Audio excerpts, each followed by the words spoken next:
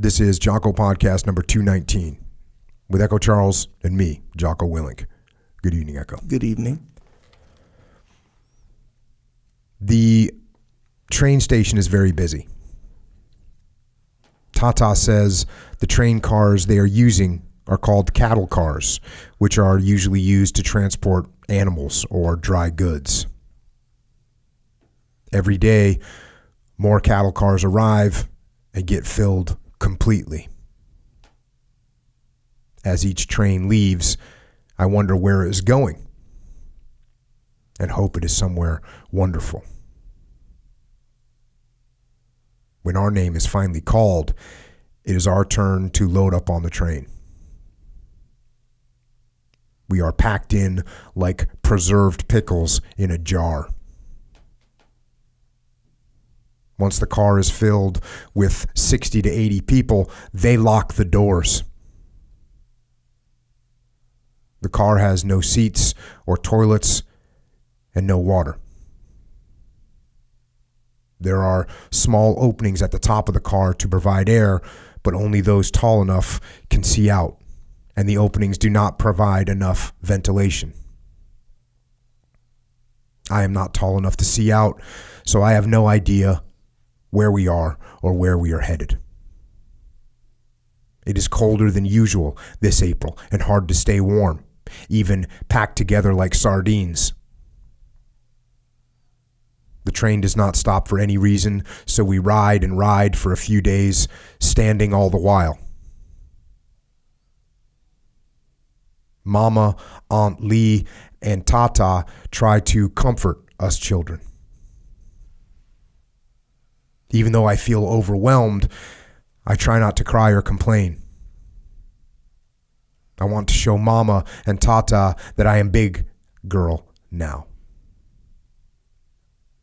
A group of men read their Bibles and quietly recite prayers. The cars get stinky because of the poor ventilation and no toilets. I don't understand why we are treated this way. The looks of panic on the faces of the adults and the cries of the younger children unsettle me. At long last, the train finally slows down and comes to a stop. The door is unlocked, and a man in a blue and white uniform climbs into our cattle car and tells us we are in Auschwitz, Poland.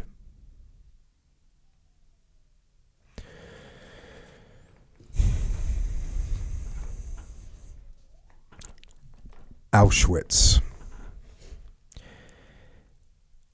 And I don't know if there is a name in the world that conjures up more vile and a more evil part of human nature than Auschwitz.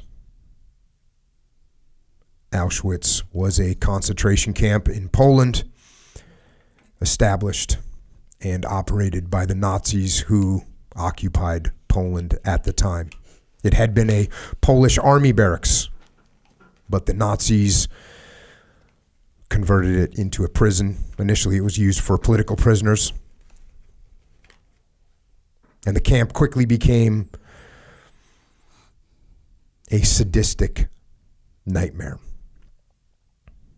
And in the 5 years that it was functioning, 1.3 million people were sent there. And 1.1 million of those died. And that number includes 15,000 Soviet prisoners of war. It includes 21,000 Romani people. It includes 74,000 Polish people. And it includes 960,000 Jews. 865,000 of whom were sent to the gas chambers and murdered immediately upon their arrival at Auschwitz.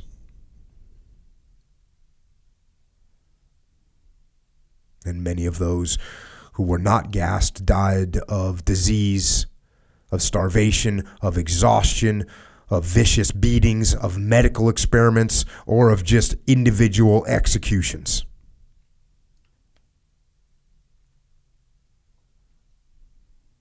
Unspeakable horror, worse than you can even imagine. An actual hell on earth created by people.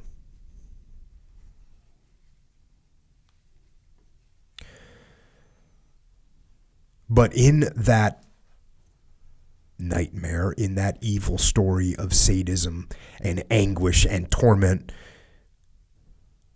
there are also stories of hope, stories of sacrifice, stories of love, and stories of survival. And it is an honor to be able to share one of those stories with you today. The opening that I read is from a book called Two Who Survived: Keeping Hope Alive While Surviving the Holocaust. The story of Rose and Max Schindler, which was documented by M. Lee Connolly. And it is an honor to have Rose Schindler with us here today to share her story. Rose, welcome, and thank you so much for coming on. I want to say it's a tremendous thing that you're doing, okay? Because there are so many people that have no idea what happened to us during the war. So thank you very much for doing this.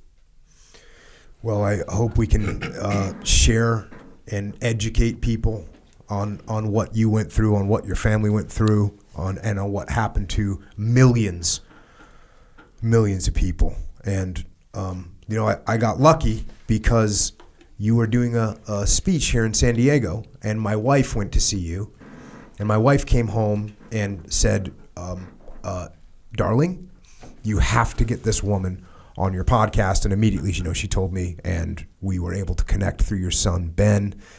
So, she brought home the book. I read the book in a day and just tried to make this happen as quickly as possible. So thank you for coming. And like I said, the name of the book is Two Who Survived. And as I always have to tell people on the podcast, I'm not going to read the whole book. You can order the book, and we'll put out word at the end of how to do that. But you have to get this book to get the whole picture. We'll go through some of the points of it today. But it's a phenomenal book. It reads very easily. The language is great. It sounds like you read it like you're telling a story, which is exactly what it sounds like. That's how it's written. That's how it comes across. And so the book is called Two Who Survived, and I'll jump into reading some of it right now. Okay. My name is Rosie Schwartz. I'm 8 years old and in third grade. I like to tell stories. I was born on December 28th, 1929, the fourth child in a family of 6 girls and 2 boys. Hayusara is 15. Yutki is 13. And their names, English names is Helen and Judy. Fischl, or Philip, is 11. Petchu is 5. Blimchu is 3. Faye is 2. And Meyerbeer is just a baby. Mama's name is Regina, or Rivka, and Tata's name is Solomon. Not all families have 8 kids, but many do. My family lives in Czechoslovakia, and we learned to speak Czech in school. Mama and Tata learned Hungarian in school when they were my age. After World War I in 1918, the government changed from Austro-Hungarian Empire to the democratic Czechoslovakia. Sometimes when the government changes, the official language changes too. That is when our language changed from Hungarian to Czech. Since now it's 1937, it's been almost 20 years, and Tata says everyone is used to speaking Czech. So what language were you speaking at home at this time? Yiddish. Yiddish. And that's why you got the Yiddish names. Right. Trying to force me to try and say Yiddish names, yeah. Which I'm not great at. You're not perfect, but you're great. Okay, I'll take that. And eight people in the family. Or is that 8 kids? Right, 8 kids. 10 people in the family. And you say this, my parents say the Czech government is good to us. Everyone has equal rights, and my family does all we can to be good citizens. Neighbors help each other and are always friendly. We speak Hungarian and Czech with our friends. Ukrainian is also a similar language and is spoken by many. Because we are Jewish, we speak Yiddish, the language of our faith, at home. My father's sister, Aunt Lee, am I saying that right? Yes. Aunt Lee lives with us. Her husband died in the First World War when her son was only 17 years old, and he decided to move to the Holy Land, leaving her by herself. Now, what's interesting about this is I'm assuming that he fought, her husband fought and died in the First World War. Right. I'm assuming he fought for Hungary, which was aligned with Germany. Right, absolutely. It was Austro-Hungary before the First World War. There was 100,000 German Jews who served on the side of the Germans in World War I. There was 12,000 German Jews who were killed in World War I fighting on the side of the Germans. And there was 18,000 German Jews that were awarded the Iron Cross in World War II. I didn't know that. It showed, the reason that I thought, and I had heard that before, like I told you before we started, I study war a lot and I read a lot about war. And to me, sometimes you hear, the anti-Semitism is this long-standing thing that everybody knew about for a really long time. And yet this is only 20 years prior, you had 100,000 Jews that were fighting on the side of the Germans. Just like everybody else. Yep. And that's how quickly things can change if we're not careful. Yes, unfortunately, yes. You go on here. Since she was alone, my parents invited her to live with our family. Aunt Lee is a seamstress, so she sews all our clothes. When one girl grows out of a dress, it goes to the next sister to use. We call these hand-me-downs. Right. We're glad Aunt Lee lives with us because she is a friend with Mama and helps take care of the kids. Mama and Tata are raising us as Orthodox Jews, and we follow the rules faithfully. We always eat foods that are especially prepared to honor Jewish dietary laws called kosher. Each week we celebrate Shabbat on Friday night. Before the holy day on Saturday, we attend synagogue. We believe strongly that God will protect us from anything bad. Our code of conduct says that the way we act in life is how we show our faith. Now that sounds good, except for I got to this part that says, I do not like homework we have to do every evening. I have 3 more years of school before I'm done. I think I'll learn to be a seamstress when I grow up so I can sew clothes for my family. We have a comfortable 3-room house on Main Street. Our kitchen is the largest room of all. The kitchen oven is so big that I could lie down inside of it if I wanted to. One of my favorite things Mama bakes is rye bread. When Mama allows us to have some of the warm bread with melting butter on it, I am the happiest girl anywhere. Mama is strict with us, so we learn how to live good Jewish life, but she's also loving. Even when Mama scolds me, I know she is teaching me how to be good. I want to be like Mama when I grow up. Because our family has many children, every room in our house has beds. The bed in the kitchen is at the far end near the pantry. This is where my 2 brothers, Fischl and Meyerbeer, sleep. The living room has 2 beds where all 6 of us girls sleep.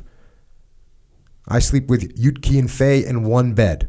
I don't mind because I am small and there's enough room. Faye needs a big girl to sleep next to her because she gets scared easily. Hayusera sleeps with Pechu and Blimchu. So you guys are making good use of the real estate. Yeah. Yeah, this and again, I'm skipping through a bunch of this book so people can read it on their own, but really it just is it paints a very kind of idyllic picture of this beautiful family all living this, nice, quaint life.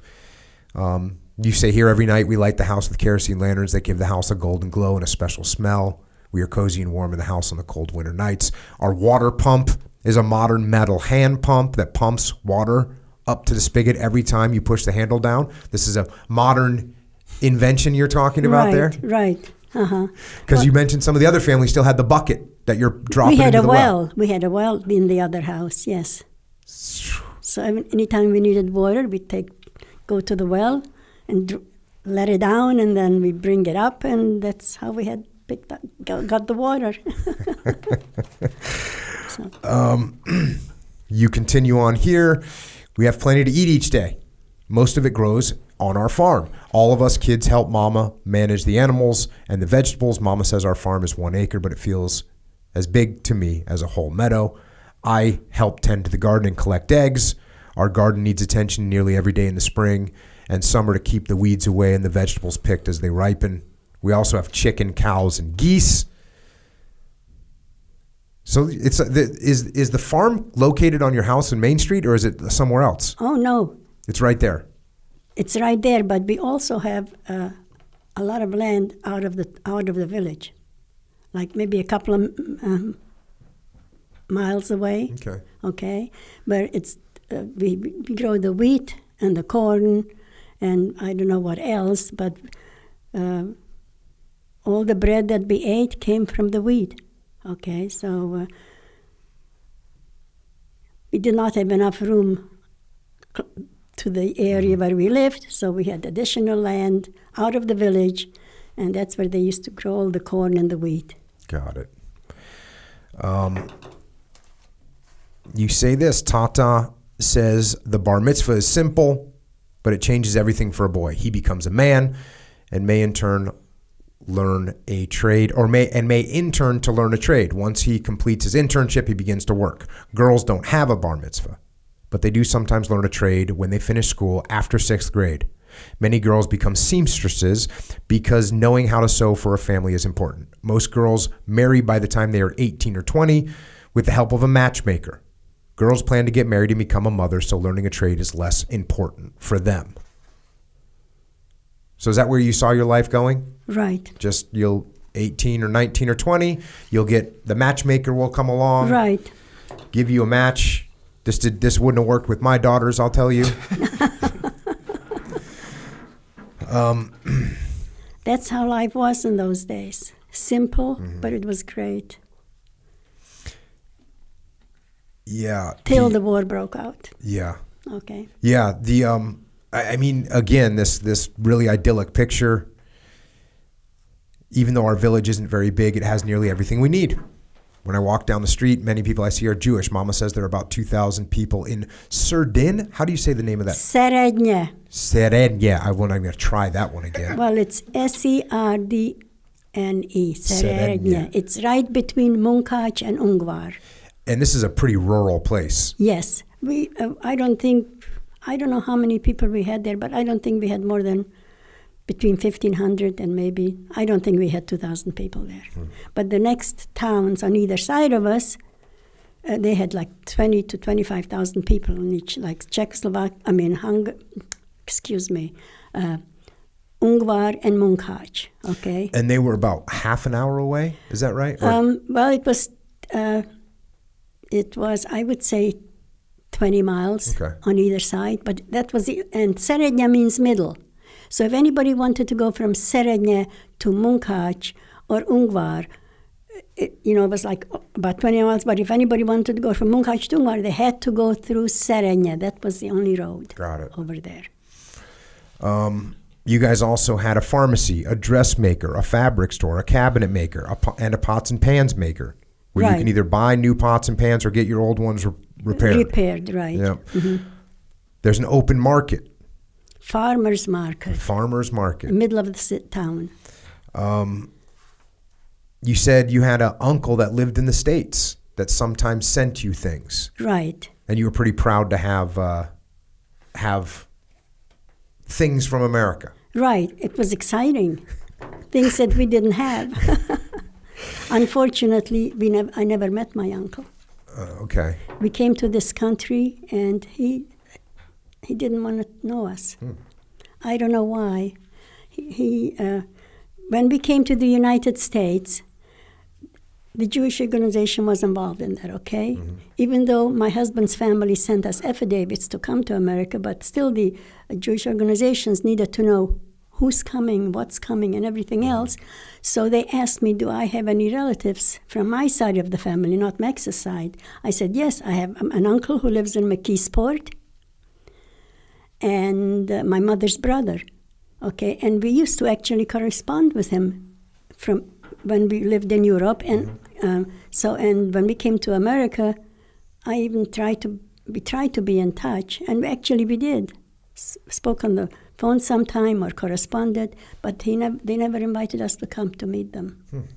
We lived in New York. We came to New York in 1951, and so the first year wasn't too easy, but after 1 year, we found my husband's uncle had an apartment house, so we got a 2-bedroom apartment house, which was great in those days.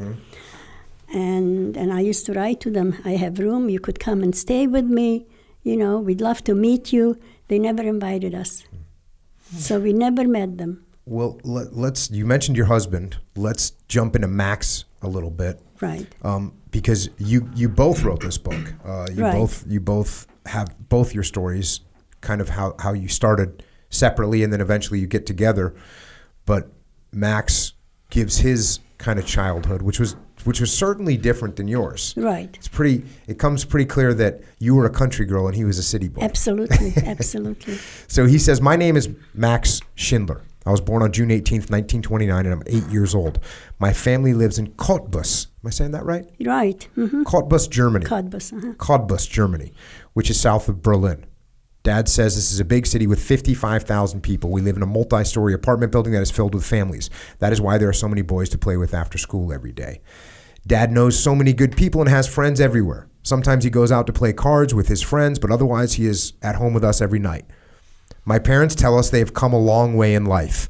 They are both originally from Poland and speak Polish fluently. They met, fell in love, and married in Poland. However, they wanted more than their farm life and developed a plan to move to Germany. They speak German well and enjoy the modern life and progressive teachings of Germany. Dad said it was important to them to move to the city before having kids, so they did just that. Dad says Germany is known for its advanced knowledge in science, innovative ways to get information to everyone quickly, and new ways to produce things. He says Germany is the place to get the best education, so we will have the most opportunities in life. My mom and dad really like Germany.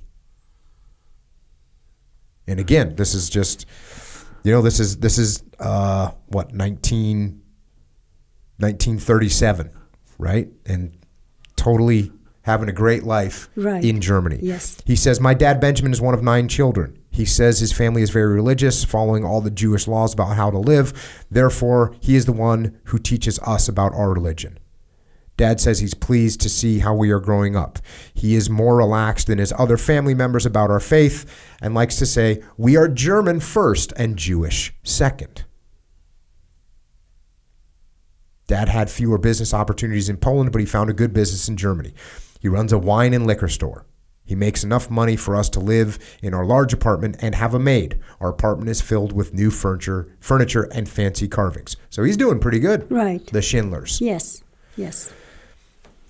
Every Friday night we attend Shabbat services at the synagogue. There aren't a lot of Jews in my neighborhood or apartment building, but there are plenty at the synagogue. Many of our friends go to churches in town. No one cares which faith other people practice. It seems like families only talk about their faith at home. So again, I had to mention that because religion wasn't at the forefront of people's minds. They weren't sitting there thinking about it. Yeah. So that's kind of the opening of the book. And again, I skipped through a bunch of it, but it kind of lays out, the country girl and the city boy. Right. Mm-hmm. But I thought that it was important to point out both of you living very nice, comfortable, enjoyable lives in these different areas. Yes.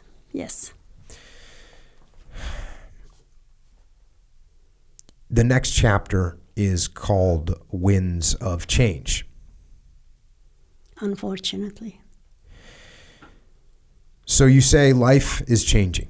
I don't like 4th grade as much as 3rd grade. It is harder than last year, and other kids won't help me. So far, 1938 is not my best year. I don't understand why, but some of my friends are not talking to me as much as they used to. Some have even started ignoring me. I find myself mostly talking to my Jewish friends. So this is 1938. Right. And you're starting to, even as a kid, even as a fourth grader, you're realizing that some of the kids that would talk to you before, all of a sudden they're not talking to you anymore. All of a sudden, we don't have the rights anymore. So many things are changing daily. Unbelievable. I'm going to fast forward a little bit. Within a few weeks, on the way home from school, I see soldiers in the village. I've never seen soldiers before, and I smile and wave at them as I walk toward our house.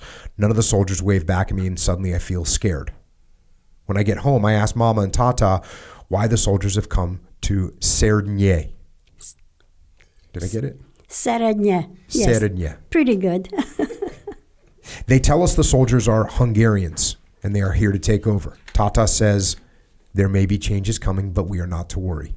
After a few weeks, I realized Tata is right. Many things are changing now with the Hungarians' arrival, and none of the changes are good.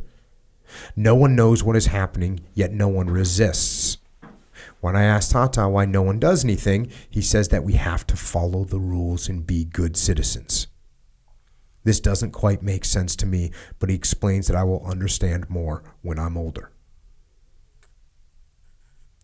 So even you're I guess you're 9 years old, and when you see the Hungarians show up and you see this kind of intimidation starting, even you think, hey, why aren't we saying anything? Well, sometimes the less you say is better. And if you complain too much, you might get into trouble. That's another thing. All of a sudden, we don't have the rights like we used to before. We were practically the leaders of the village, the Jewish people, because they were all in business. And mostly all the non-Jewish people were mostly farmers. And we got along very well. We had no problems at all. You continue on. Now the adults seem frightened when I go into the village. In town, all the adults huddle together in small groups. I watch as they cautiously look over their shoulders before whispering together for several minutes. No one smiles and waves to me as they usually did. This puzzles me, but I figure it has something to do with the fact that everyone becomes nervous when a Hungarian soldier walks by. I also notice that people who go to our synagogue no longer talk with people that are not Jewish. I don't understand why, because until things started to change, everyone had been nice to one another. When I visit Tata at his shop, I only see Jewish customers. Tata had made suits for everyone, so it seems strange to me. Tata says not to worry about it. Tata also says that everyone is nervous about what the change to Hungarian rule will mean for our village. Over the next few weeks, the Hungarians make many changes. The biggest changes for us kids is that all Jews are not allowed to go to our public school, and we must be inside our homes by 6 p.m. in the evenings. They call this a curfew. It makes me sad because I like to play outside until the sun sets and Mama calls us in for dinner. The neighborhood kids have become mean to us, throwing rocks and calling us names like Dirty Jew. Unfortunately. One day when I'm walking and talking with Yutki, a boy calls us from across the street. Stop laughing and behave yourself, you dirty Jews. He yells as he picks up a rock. I will hurt you if you don't. So the kids, everyone. Yeah, it was terrible.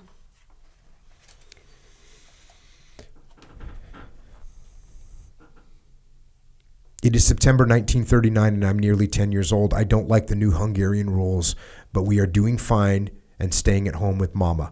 I don't miss going to school at all. Tonight, Tata has a strange look on his face when he walks in the house. He looks pale and is pacing back and forth. He seems to be having trouble saying what he means. Then he tells Mama that his shop and everything in it are gone. Gone? What do you mean? Mama asks, her eyes getting big. I can see her hands start to shake as she suddenly sits down heavily on one of the kitchen chairs. I was cutting fabric when 3 Hungarian soldiers walked into the shop. They approached me and told me that all of us have to leave. They said that all Jewish businesses now belong to them and that we too were to leave and never to return. Tata's voice shakes. He too sits down on the chair, running his hands through his hair. So now this is sort of a transition from, hey, they're putting some rules on you, but now all of a sudden they're taking property. New rules every day. Every day we had new rules, right? Thank God they didn't take our homes away. That's one thing. The businesses were all taken away.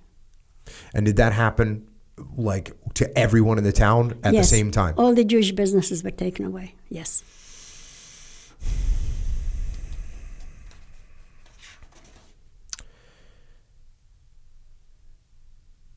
You continue on. You say life is not normal at all. News has spread that Germany is at war with Poland. No one knows what will come next.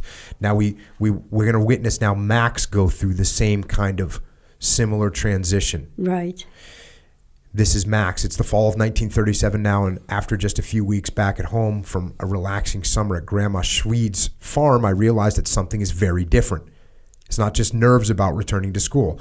The adults are whispering in the grocery store lines, while washing laundry in the basement and at Dad's store. Even Mom and Dad wait for us to leave the room to talk. Something is not right. I know Fred senses it as well, so we ask Mom and Dad what is going on.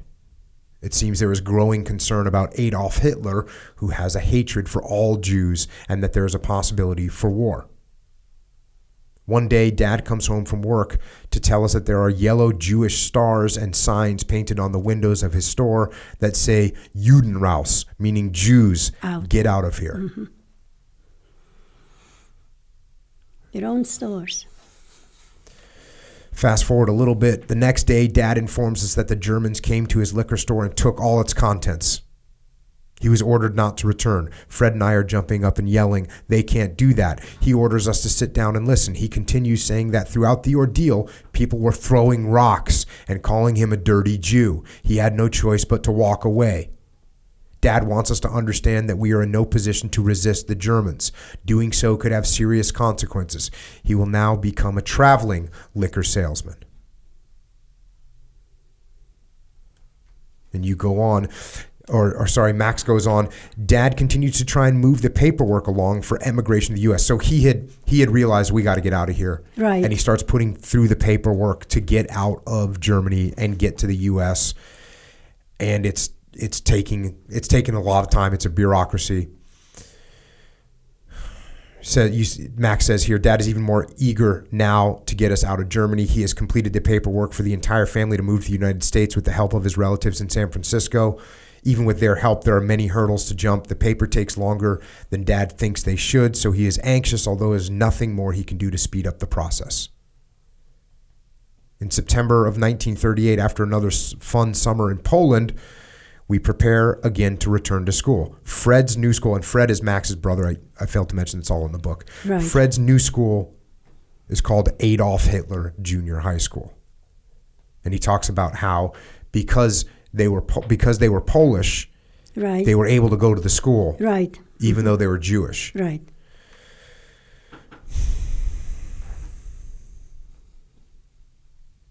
This is a little bit of a longer section, but I've written a bunch of kids' books, and the kids' books are written from the perspective of a 10-year-old kid, and then he turns 11, and then he turns 12. But the mind, when I wrote them, of course, I kind of got myself into the mindset of a 10-year-old kid and what their thoughts are. And when I'm reading this section from the perspective of a 10-year-old kid or a 9-year-old kid, which Max was at the time, it's very hard to get through, to understand what it was like for kids. So this is from Max. Yeah. On October 28th, 1938, I am 9 years old and settling into fourth grade math class where we are working on the 8 times tables. Although it is not common on this day, I make an error in multiplying. My teacher approaches me and slaps me across the face. I am shocked. It's not the pain from the slap that upsets me. I am upset because no one has ever treated me like this at school before, and I don't know how to respond. For the moment, I choose to be quiet so as to not draw attention to myself again. I will have to think about what is happening here before I choose to act. My cheek burns from the slap and from shame. Later that day, 2 German SA officers known as stormtroopers or brown shirts come into the class and call out my name. I stand at my desk to acknowledge that they called me, wondering why. Did they somehow know about the math error for which I'd been slapped? My heart is pumping even harder than it was after the slap. The officers approach me, take me under their arms, and begin walking. I have no idea where we are going or why, but I have no choice but to go with them.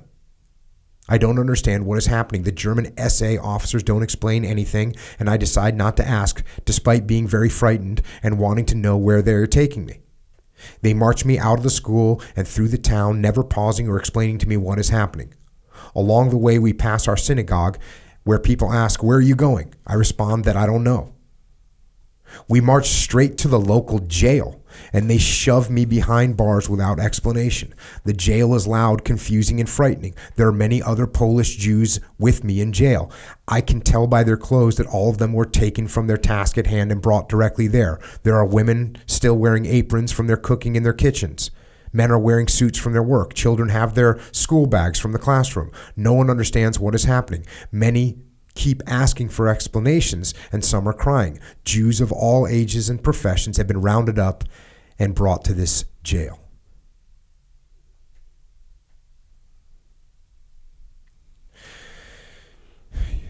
So, and he goes into this. He thinks that the reason that all this is happening in his mind is because he got a math problem wrong, and he continues to think that for a little while.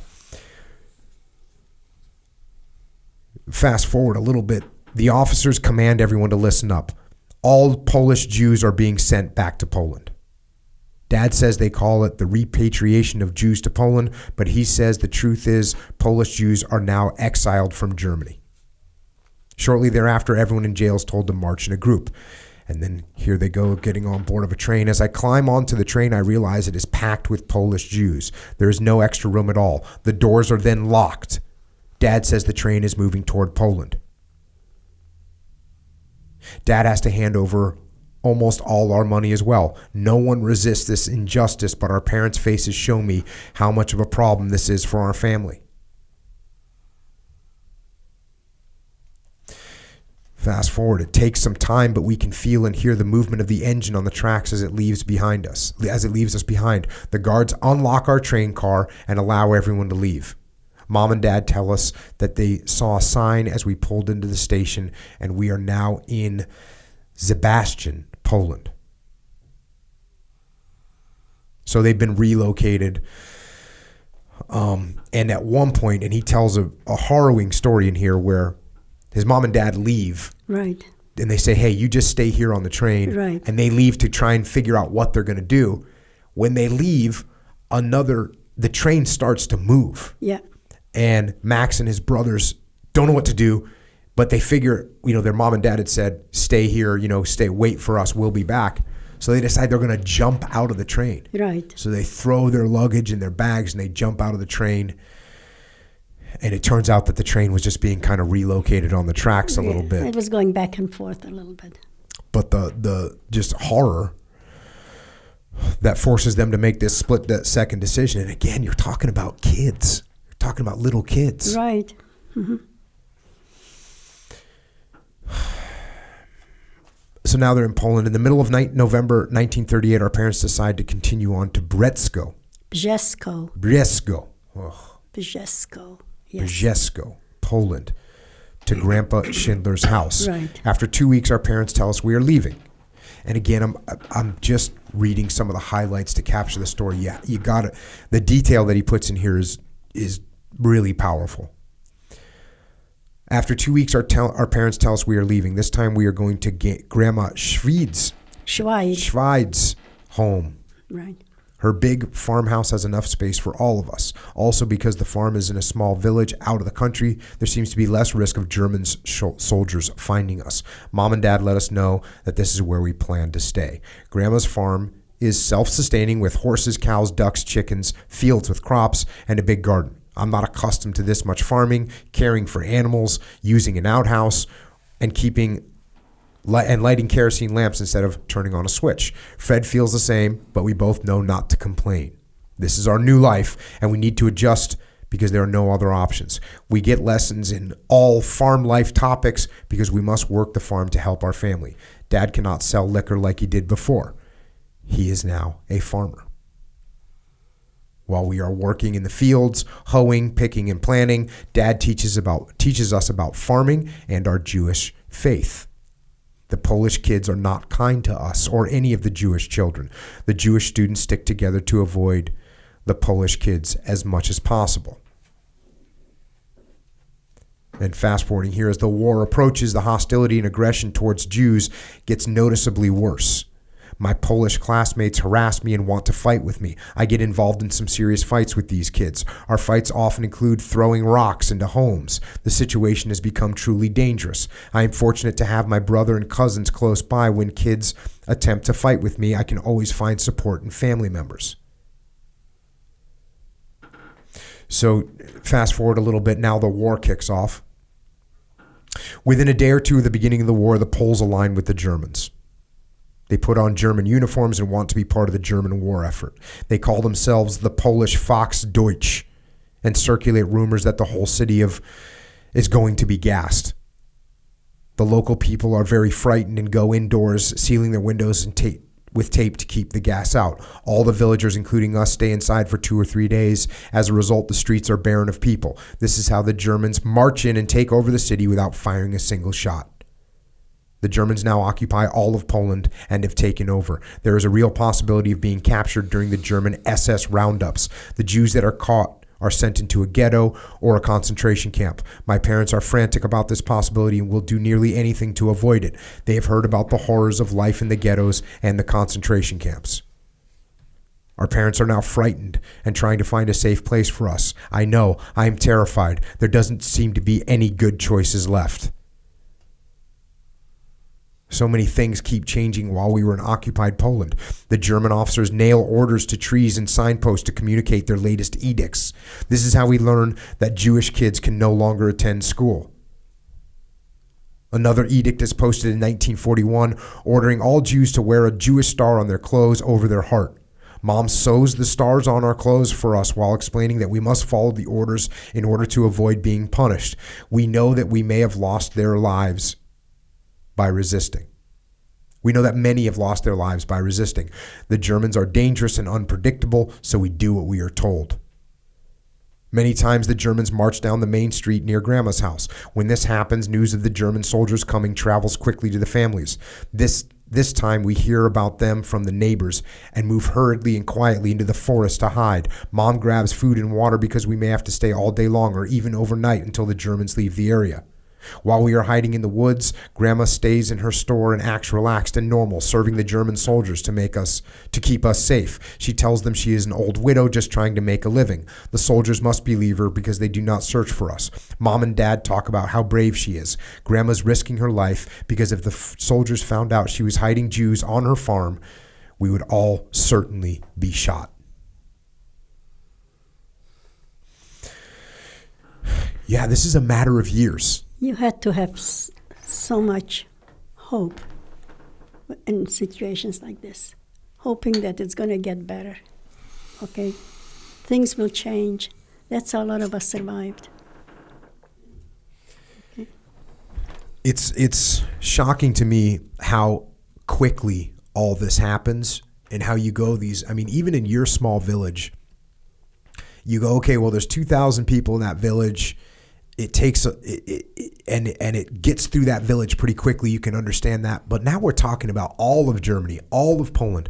This is before the internet. This is before cell phones. This is word of mouth and people nailing edicts to trees. And this transition from this idyllic situation for both your families and for the Jews in these situations to this horror in a matter of a couple of years. Right. Unbelievable. While this was going on, nobody Nobody said a word. The whole world was quiet. Where was the world when this was going on? On a personal level, what was it like with, a little Christian girl, a little girl that you knew, that you played with, and then one day she doesn't play with you anymore? Right. They started calling us dirty Jew, throwing rocks at us. They didn't want to have anything to do with us. And before that, most of the people made a living from the Jews. They all worked for us because they're all in business, the Jewish people.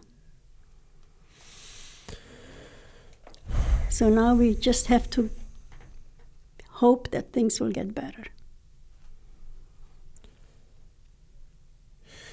The non-resisting in both your parents and Max's parents both are, look, we got to just do what we're told right now. We have no choice. And the reason is because otherwise it's almost like an immediate execution. Right.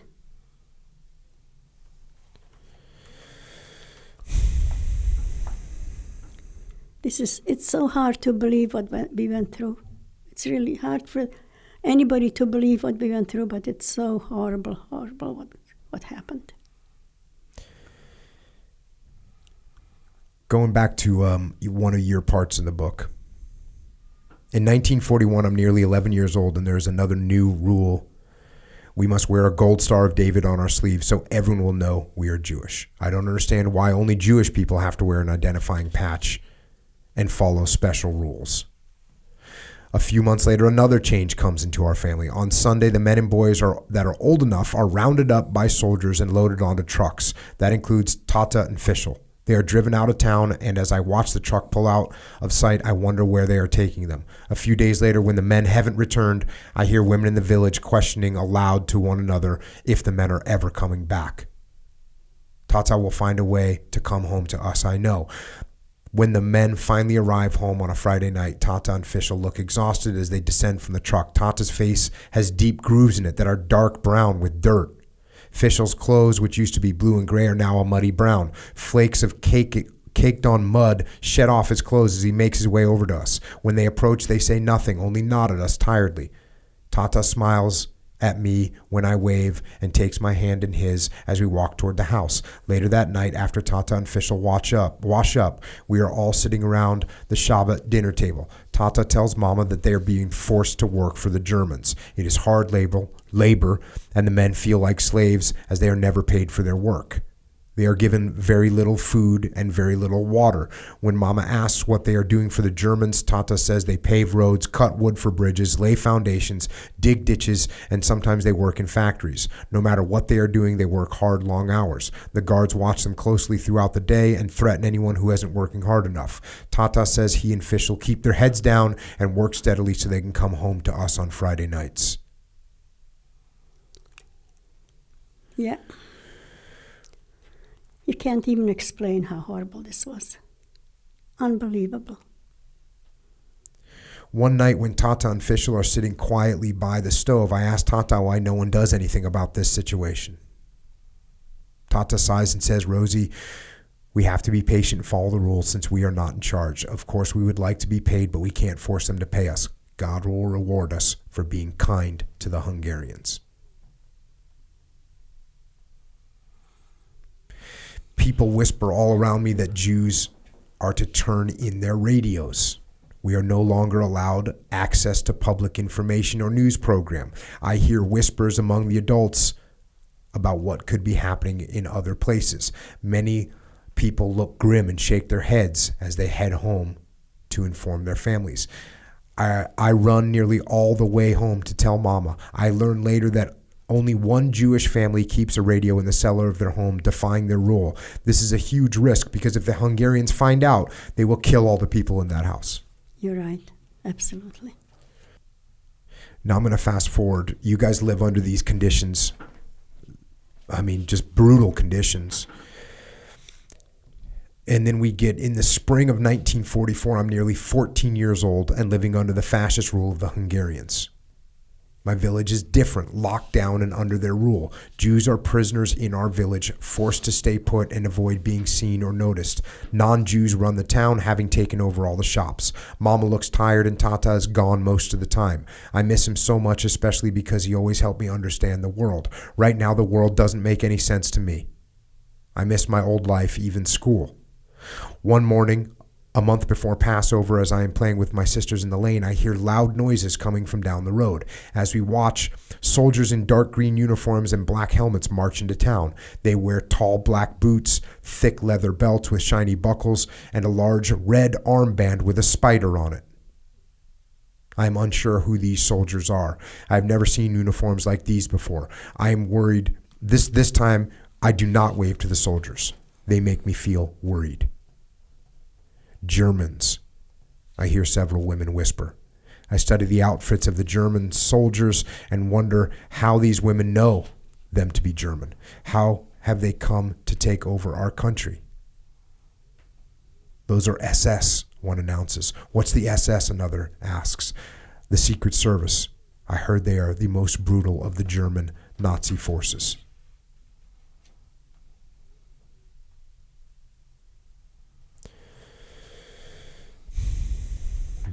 It's interesting that even you as a young girl, when you saw the Hungarian soldiers, you were a little concerned. But when you see the Nazis, your instinct is know that they're evil. It's completely different. Absolutely. Because my mother and father actually were born in Hungary. So we didn't think it was so awful because they were born in Hungary and nothing would happen. But of course, everything did. We never thought anything so horrible was ahead of us, what happened to us.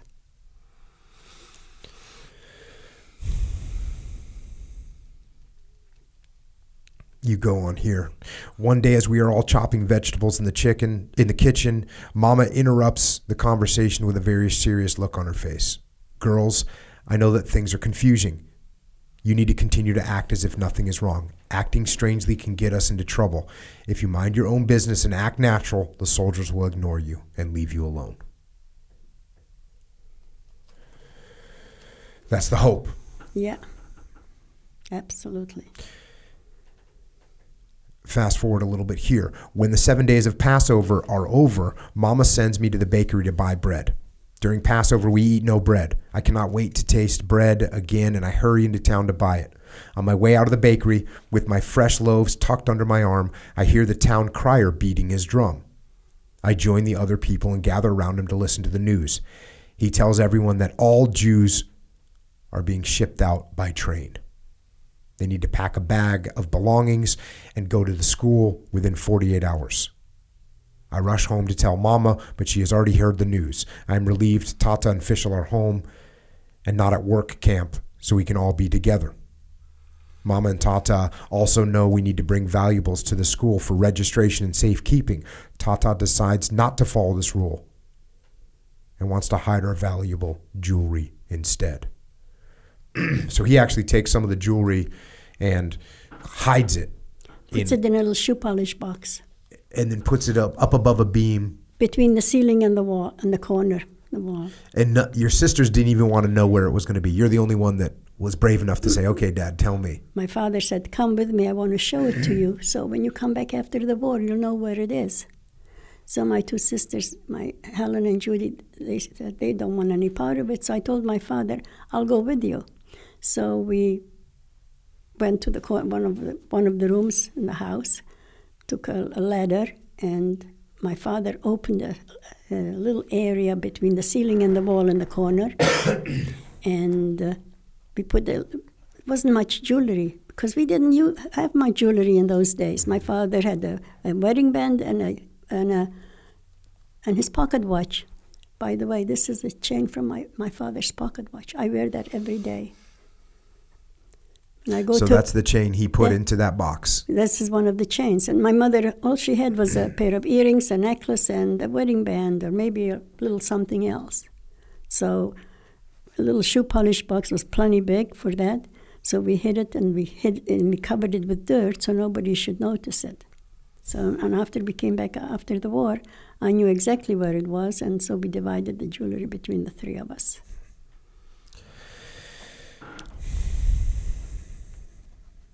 So now the day comes. When the next day arrives, Mama instructs us to wear 3 layers of our best clothes because we don't know where we are going or how long we will be gone. No one knows when we will be able to do laundry. I choose my warmest clothes and Mama packs our down quilts in case it gets cold. We each pack a burlap bag with our belongings. I'm excited to travel on a train for the first time, as I have never gone beyond the neighboring towns on either side of my village. When the time comes to leave, we are all packed and ready.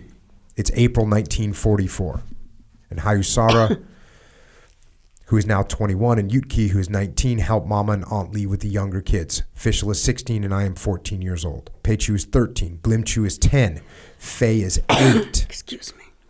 Meyerbeer is 6 years old. Tata and Mama lead our whole family toward the school, with each of the older kids carrying a burlap bag of belongings. There are a lot of people at the school when we arrive, and all of them are Jewish.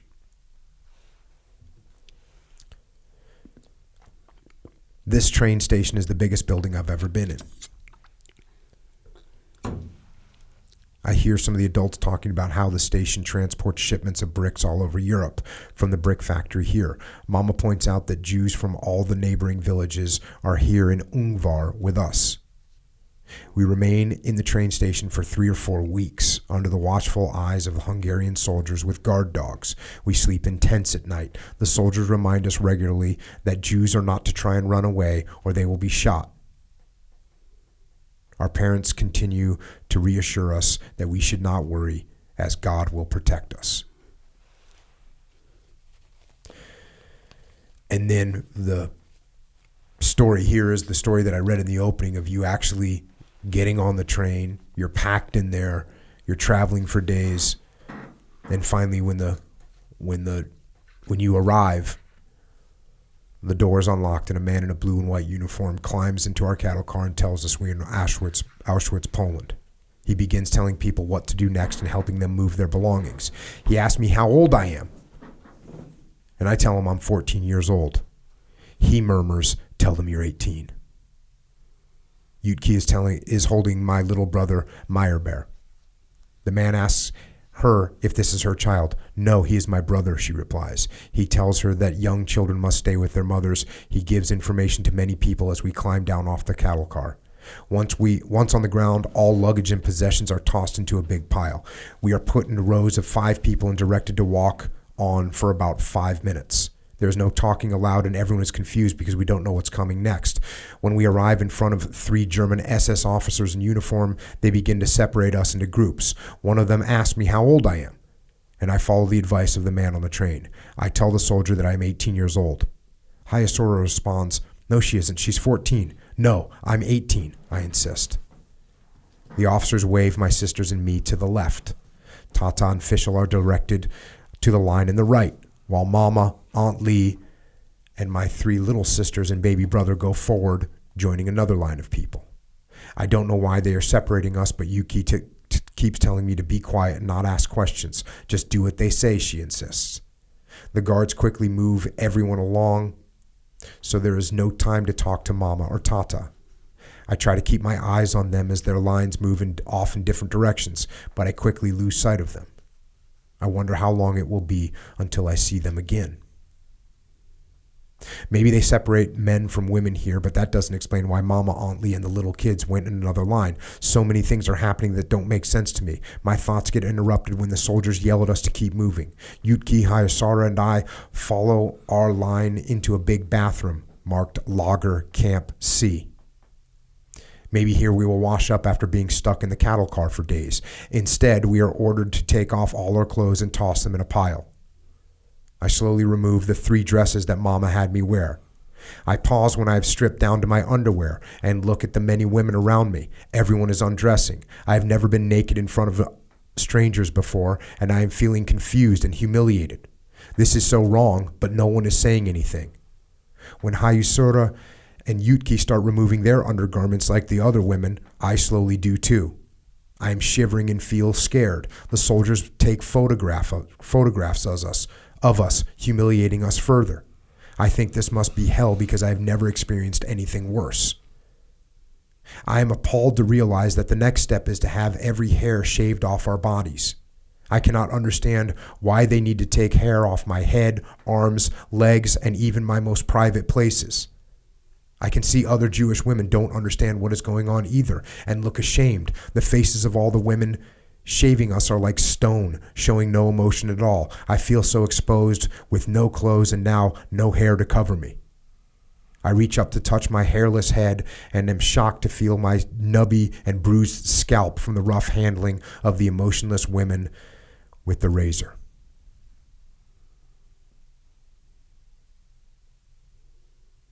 After we are shaved, we are ordered to grab a dress from a pile on the cement floor and given wooden clogs. The clogs seem to be all the same size, but don't really fit anymore. They are hard and difficult to walk in. I have to shuffle to get anywhere. My dress hangs down to the ground like a sack. Since my head is freezing, I tear off a piece of fabric from the bottom of my dress to wrap around my head. At least my head is covered, but I am still very cold. I don't understand why I can't retrieve my old socks and undergarments that are in a heap on the floor close by. As soon as we are dressed, we are forced to go outside and line up for Zel Appel, which is a roll call. Right. It is now late in the evening and there are so many people moving about that I get separated from my sisters. I am frightened and frantically call out their names. 2 bald women in dingy dresses approach me. They reach for me and reassure me, "Rosie, it's us." I hug them both fiercely and stammer, "I did not recognize you." I'm so relieved to be with them that I can't stop shaking.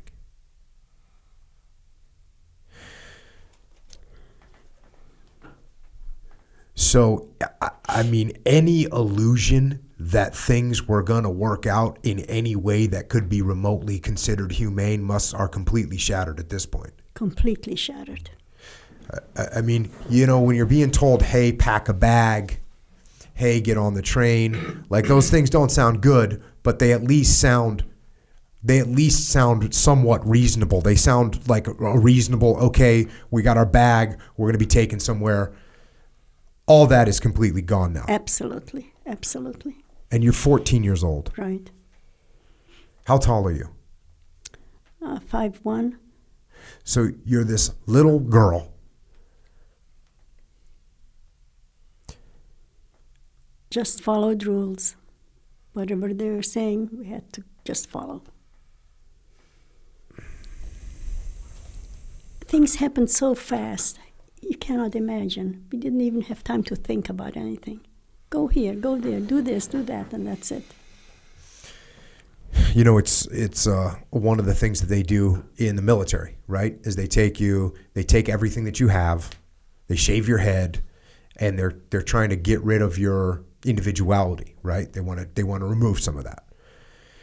And this is just the exact, you know, what they're doing. But they're doing it to an absolute extreme. You know, stripping you naked and shaving your entire body and just removing anything that you had from the past. Well, I don't think you can compare that to the military. No, I'm not trying to compare it to the military. I guess I'm just trying to say that the idea certain rules, I guess. Well, the idea of when they shave your head in the military, part of what they're doing is trying to take away some of your individuality, right? So that you can become part of the group. Here, they're trying to take away your humanity. That's it. That's what they did.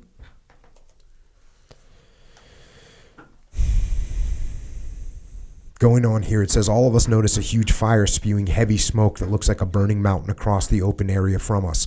I can see shadows of people moving through the smoke and can hear the cries of children. There is an overpowering foul smell coming from the fire. Somehow I taste the fire in my mouth. Yutki asks the guard as she gestures toward the fire, "What is all that noise about?" The guard responds, "They are burning hair." Yutki replies, "Burning hair would not make such a noise." To which he snaps, "They are burning cripples." A sick feeling comes over me as I realize the guards and soldiers are barbaric, cold-blooded animals. Yeah. So that's your first recognition that we are going to receive zero Right. humanity from these guards. Absolutely.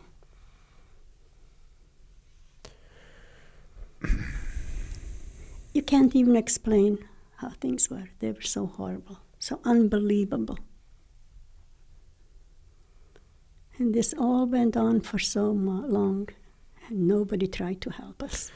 Because this is 1944. Right. So this had been going on. This was 5 months before our part of the world was liberated. You know that? Mm-hmm. By September 1944, our part was liberated by the Russians.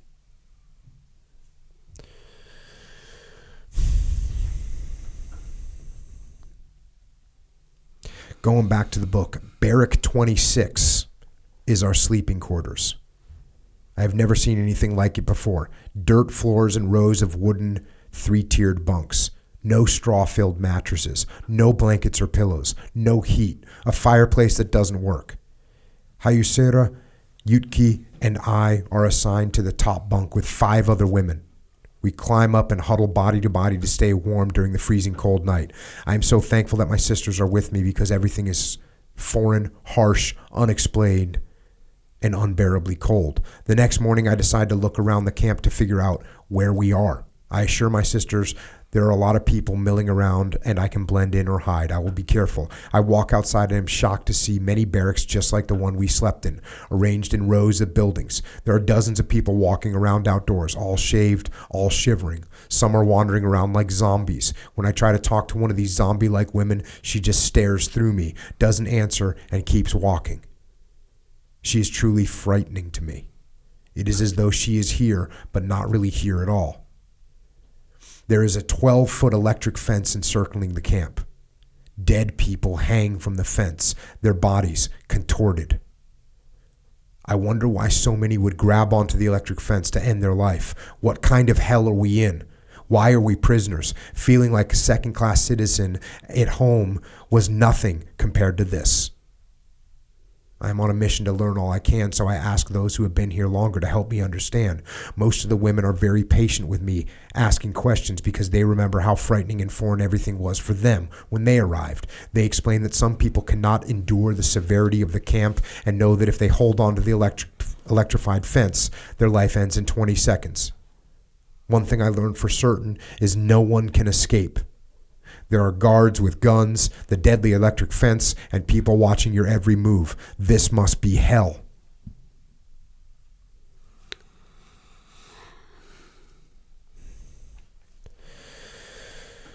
Unbelievable.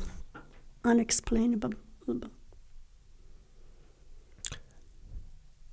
The half-dead, zombie-like people and the bodies clinging to the electric fence are overpowering. I am in a daze seeing the true horrors of war here. As I walk around, I think I hear my Yiddish name called out softly. How could anyone in this godforsaken place know my Yiddish name? But then I hear it again. Rosie. I turn to see a man in a striped uniform who I did not recognize, but who is beckoning to me. He approaches me and says, "Don't you know who I am? I'm your Tata." With a wave of pure shock, I realize it is Tata. I'm tremendously relieved. At home, Tata always wore a suit and a hat and glasses and had a beard. I look again at this man with no hair and I know it's him. I hug him as tight as I can, cry and kiss him some more. His arms around me are the first sense of warmth I've felt since arriving. Tata explains that he and Fischl were selected to go work in a factory. They will leave soon, but in the meantime, he has been looking everywhere for his family. He decided we must be in this all-women's camp where the Hungarian people are sent. Where is your mother, he asks. I don't know, but I have Yutkin Hayusara with me. Whatever you do, stay together because you will have a much better chance of survival, Tata replies.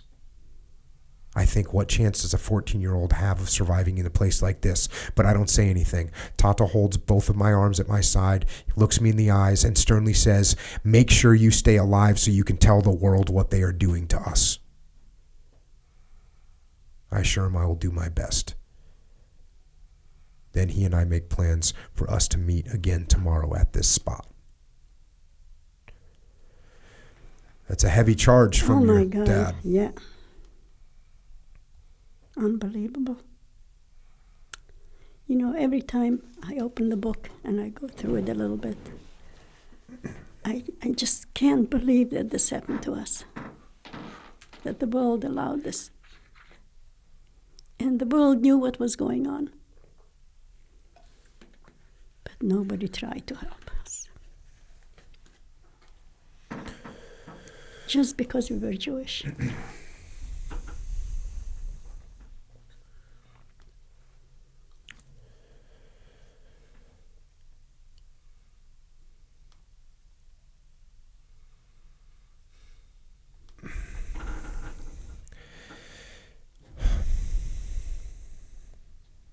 I'm going to continue on. The next day, Yutki, Hayasara, and I wait at the designated spot to meet up with Tata and Fischl. When we see them, I cry in relief. We all hug and kiss each other, and we are so happy to have time together. Tata repeats his solemn advice to each of us. Do your best to stay together. Stay alive so you can tell the world what they are doing to us. The next day, we go to our spot to meet Tata and Fischl. As planned, we wait and wait and wait for what seems to like an eternity, but they do not come. Fast forward a little bit. Hayusara, Yutki, and I have no choice but to stay together in this evil place. We share a bunk bed, meals, and one bathroom with 1,000 women. No one is allowed to use the bathroom at night. It has sinks with cold running water, but no soap for us to wash up. There's no toilet, just a hole in the ground. There is nowhere to shower or take baths. We only have one plain dress we are wearing and no way to clean it except with the cold water. Without a shower or soap, we are constantly filthy. We are always itchy with the bites of lice and bed bugs. We can rinse out our dress and walk around naked while it dries. It doesn't really matter because we are surrounded by 28,000 women in the same predicament. We have no way really to clean our dress or our clogs. We are left to rot for months in the same horrible dress. I realize quickly this concentration camp has some predictable events. Every day they count us as we stand in rows of 5 people. At 5 a.m., the guard shouts, get up, schnell, schnell, quick, quick. We all rise and run outdoors to be counted, whether it is freezing, rainy, or sunny. We stand in lines for hours, 3 times a day, until the guards have a tally. Then we are released back to our barracks. I'm told this is how they know how much space is available for the new people they bring in by train every day. People leave to go to work in factories, get killed, or are gassed, so the counting is necessary. Sometimes we are forced to kneel and hold up rocks until our arms feel like they will break and the rocks fall. Other times they make us move rocks from one spot to another, then back to the original location. It doesn't make any sense, but we don't ask questions. We keep our heads down and do what we are told because any resistance may mean we will be shot. I have seen it happen.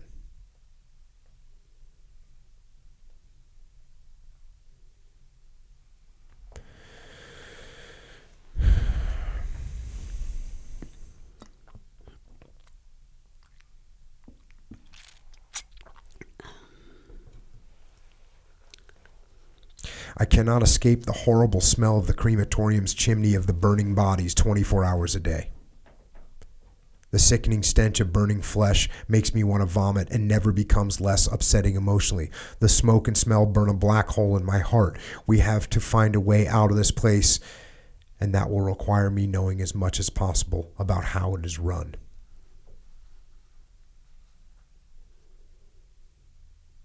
Women explain that prisoners are chosen for jobs and they must comply. Any Jewish worker who resists is shot dead on the spot. Strong Jewish women called capos are put in charge of running each barrack. The capos live amongst us in the barrack and watch everything. They are not paid, but they have certain rights that others lack. They may get more food, but they are doing the dirty work for the Germans. The cooks preparing the meals are Jewish as well.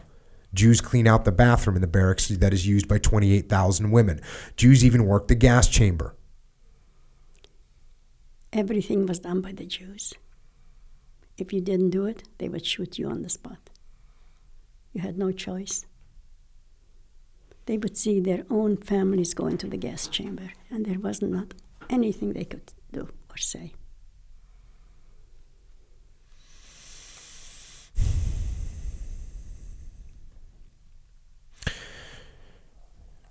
You say here, this is too much for me to process, and I begin to see why some people touch the electric fence to end their misery. I ask repeatedly why we can hear people crying out near the crematorium. I learned that when a group is gassed in the showers, Not all the people are dead when they burn the bodies. Maybe they don't give them enough gas because we can hear the screaming coming from the crematorium. The men running the incinerators, called Sonderkommandos, will be sent into them soon so they cannot tell the world what is happening. So you even have the Jews are running the factories, they're running the gas chambers, they're running everything. And eventually they're going in them too. Absolutely, yes. Usually the gas chambers, I've heard from many people say that after 3 months they would change the guards at the gas chambers. And they would, every 3 months they would change them. The ones that are there 3 months, they put them in the gas chamber and then they get the new ones in. So at the end of 3 months, you're going to the gas chamber? Yeah. The people working there, yes, at the gas chambers. Would you talk to other people? Would you talk to other people besides your sisters? Was there any sense of community? No. Or was it just broken spirit? Broken spirit. And the thing is, we came to Auschwitz, and they were always people. You couldn't become friends with any of the people there because we were only there. We were in Camp C, okay, in Auschwitz-Birkenau. And this was a transitional camp. You come, you get selected, and you leave. The only people that stayed behind is the ones like me, because I was skin and bone, and they wouldn't select me to go to work. I would run out of the gas chamber line and hope nobody sees me. If they would see me, they would shoot me on the spot. They did not want to take people to factories to work that were skin and bone, okay? So it's just you and your sisters. Everyone else is kind of transient. Yes. And there's no feeling of community. No, none whatsoever. It's just broken spirits. Absolutely. You never know who's going to be there tomorrow.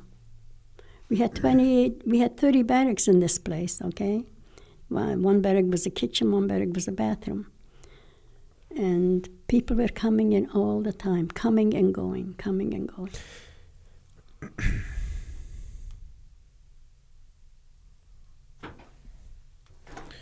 And of course, there were so many dead bodies always in our camp. They would commit suicide by touching the electric fences. They just couldn't take it anymore. You touch the fence, 20 seconds later, you see blood coming out of the nose, and you're dead. And they would come with those big wheelbarrows every day to collect the dead bodies.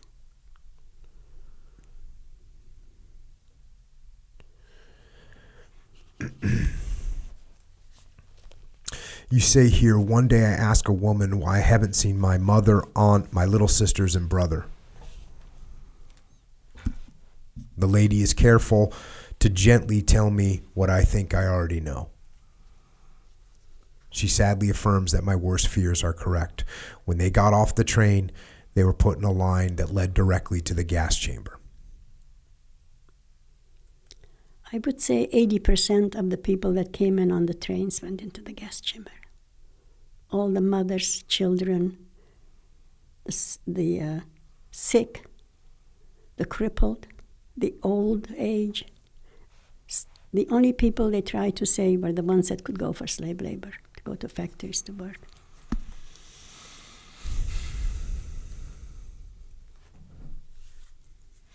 You continue on here. They remind me of how lucky I was to be accepted as being 18 and eligible for the adult factory work line. If the sorters had known I was 14, I would have gone with my mother and aunt and younger siblings straight to the gas chamber. I do not feel lucky in any way right now. I just can't get used to the idea that my mother, 3 sisters, and little brother are gone. It is beyond comprehension. When Yuki, Hayasara, and I try to talk about it, we cannot speak. We just cry. Yeah. We have to keep going, like Tata told us. It will eventually get better, we believe. We need to have hope. Right. I have difficulty processing all of this and have to keep asking myself, why? And I think this section right here is one of the most powerful pieces. You say this: one of the ladies hugs me close and says, "You will never understand what these Germans are doing because it is beyond comprehension. It does not make sense, and it never will. They are crazy out of their minds. You are not. Remember, you are the sane one here. Go where you need to go inside of yourself and remember who you are. They cannot steal your soul unless you give it to them. Never give them your soul. Follow their rules and survive so that the real you can blossom again when you are free. War is a horrible thing, but it will end. When it does, there is another life for you outside of Auschwitz, and you need to live for that." That's how we survived, really. By hoping and think things, and know that things will be better someday. And I guess, the difference between having that attitude of things will get better someday and thinking that they won't, those are the people that are going to go and grab the electric fence. That's it. They just gave up. They couldn't handle it anymore.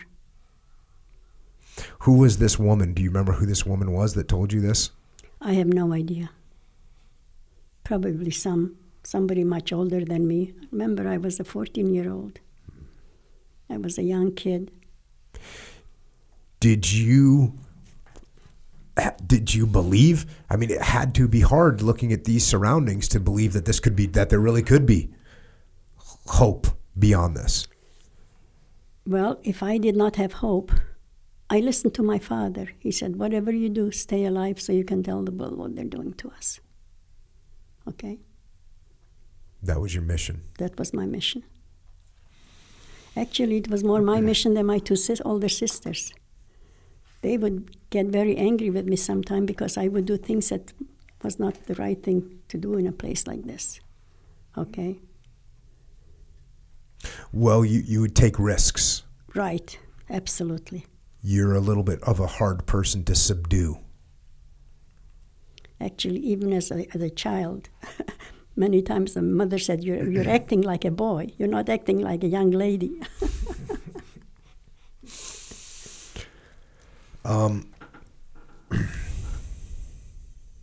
Here's another little part about what you guys are eating. The only thing we got for breakfast is black coffee. You need to describe what the black coffee is. The black coffee is not coffee at all. It's horrible. It was horrible. I took one sip, and that's the only time I ever tried it. I thought I was going to throw up. It was so horrible. You say we are literally starving.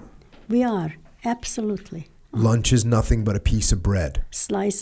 Thin slice of bread with a piece of margarine, yes. Occasionally, they will give us butter to put on it. The bread Yeah. is dry and hard, and we are told they put sawdust in it. We line up outdoors to get our bread at a table staffed by the kitchen women. We do not share our bread. It is coveted and sometimes hidden away for later. The food tastes horrible and is not enough to live on. It is not surprising that some prisoners here have a German nickname, Musselman. Is that right? Mm-hmm. Yeah. Which means skeletal or skin and bones. So many people are too thin, and I am becoming one of them. At dinner time, we get a pot of soup to share among a dozen women. We are hungry every day. There's never enough to eat. An officer comes in the barracks and shouts, "I need 300 women for selection for factory work." Many women hurry outside to be selected. Anything must be better than this place. Once they line up, everyone removes their clothes so the officers can examine their physique to decide if they are healthy and strong enough to do factory work. If a woman is too weak or thin, they label her as a Musselman and send her to the gas chamber. I don't know if it is because of food or illness, but I have a bad bout of diarrhea and I am very weak. I can't stand and walk for the first few weeks of my illness. Yutsky and Hayusara will not go outside to be selected without me, so we hide when the officers call for volunteers. It's not hard to hide with 1,000 people in the barracks, and they only need 200 or 300 women. The officers do not notice me. This works for the first 3 or 4 weeks, but I'm just skin and bones now. I know I need to be selected for a factory to get out of here. Yutki and Hayusara help me stand up and pinch my cheeks so I look like I have some color. The problem comes when I undress. I'm so frightened because I know I am too thin and weak to be chosen. My worst fears come true when the officers call me muscleman and send me to the gas chamber line. It is a torturous few minutes walking to that line. My sisters help me get there, holding me under my arms as we cry and panic. There is so much going on around us that I begin to wonder if we can somehow sneak away. I tell Yutki and Hayusara what I am thinking and we agree to try it. We have no other choice. At the agreed upon moment, we calmly step out of the line and head straight back to our barrack. All of our hearts are pumping wildly. If an SS officer notices, we'll be shot on the spot. Luckily, there are a lot of women moving about the camp, and no one notices. You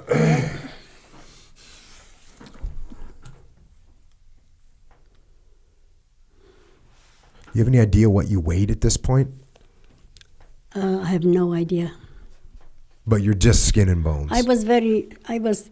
Even at home, I was very thin. Okay, I was not a big eater.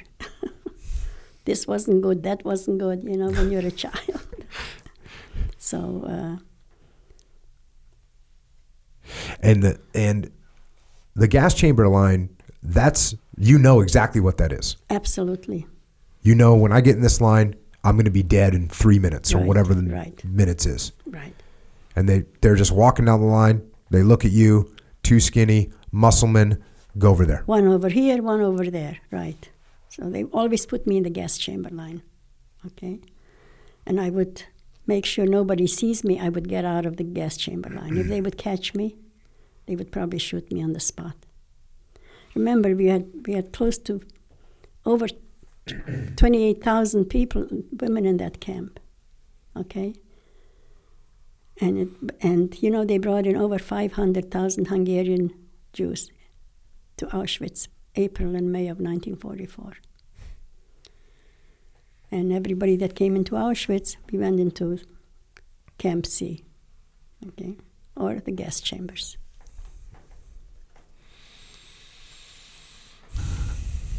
You had to have a lot of guts to survive, and also hope for a better day, okay?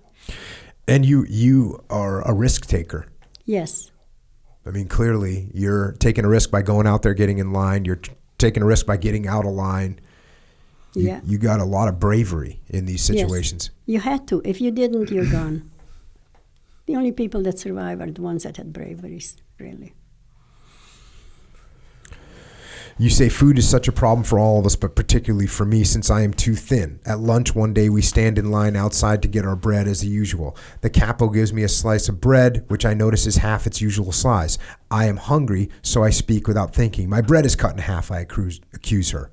The capo is furious with me because my accusation can get her in a lot of trouble with the Germans. She pulls me out of line and takes me to where the German SS officers will be sure to see her actions. She beats me so brutally that I cannot stand for 3 days afterwards. My sisters are both concerned and frustrated with me for getting into trouble. Yutki tells me, next time just shut up. Don't ever complain about anything again. It will only get you in trouble. Do you want to get shot? I know she's right, but I struggle at the injustice.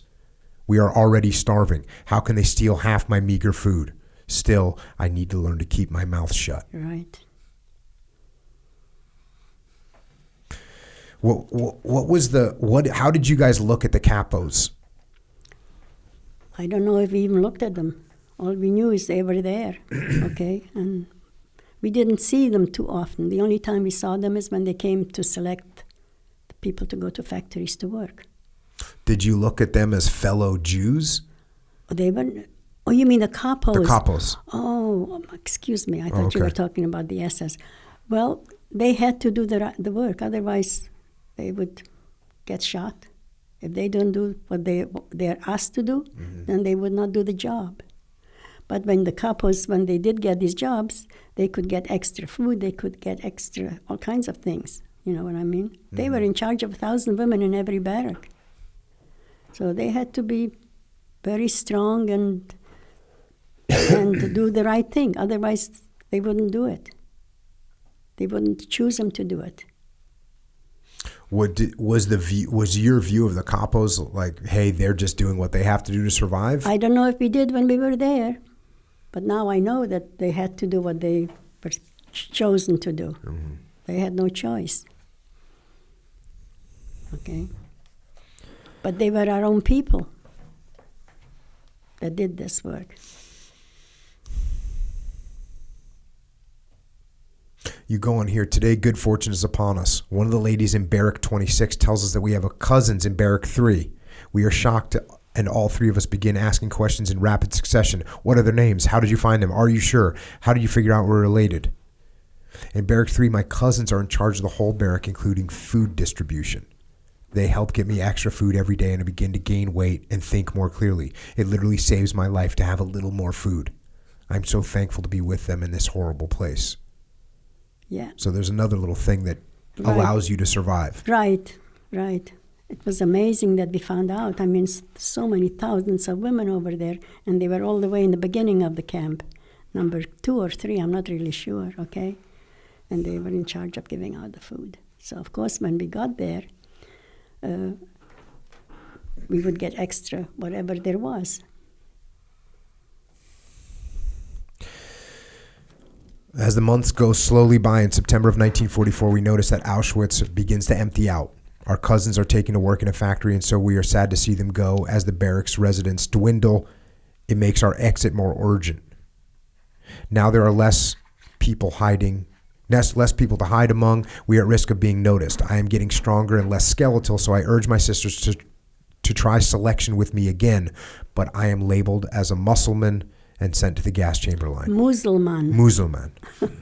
Not muscles. Okay. Muslim. Which Musulman. is skin and bone. Skin and bones. Musulman. At least I can get out of line now on my own and head back to the barrack. I do this repeatedly enough that we decide I can no longer go through the selection process at all. Sooner or later, though, I will be caught sneaking away from the line and shot. There has to be another way. We have to get out of here, repeats over and over in my mind. I know we cannot give up because I have hope. I always remember what my father told me. Stay together because your chances of survival will be much better. It is not easy to keep hope alive when we are in camp. Giving up seems easier. And we see many who do give up and end up on the electric fencing. There are a few good rumors that help us have hope. Women gather in the bathroom to hear the latest rumor that the Americans or Russians may liberate us. The hope that we will reunite with Tata and Fischl keeps us alive. Even with this hope, it is hard to continue believing in something.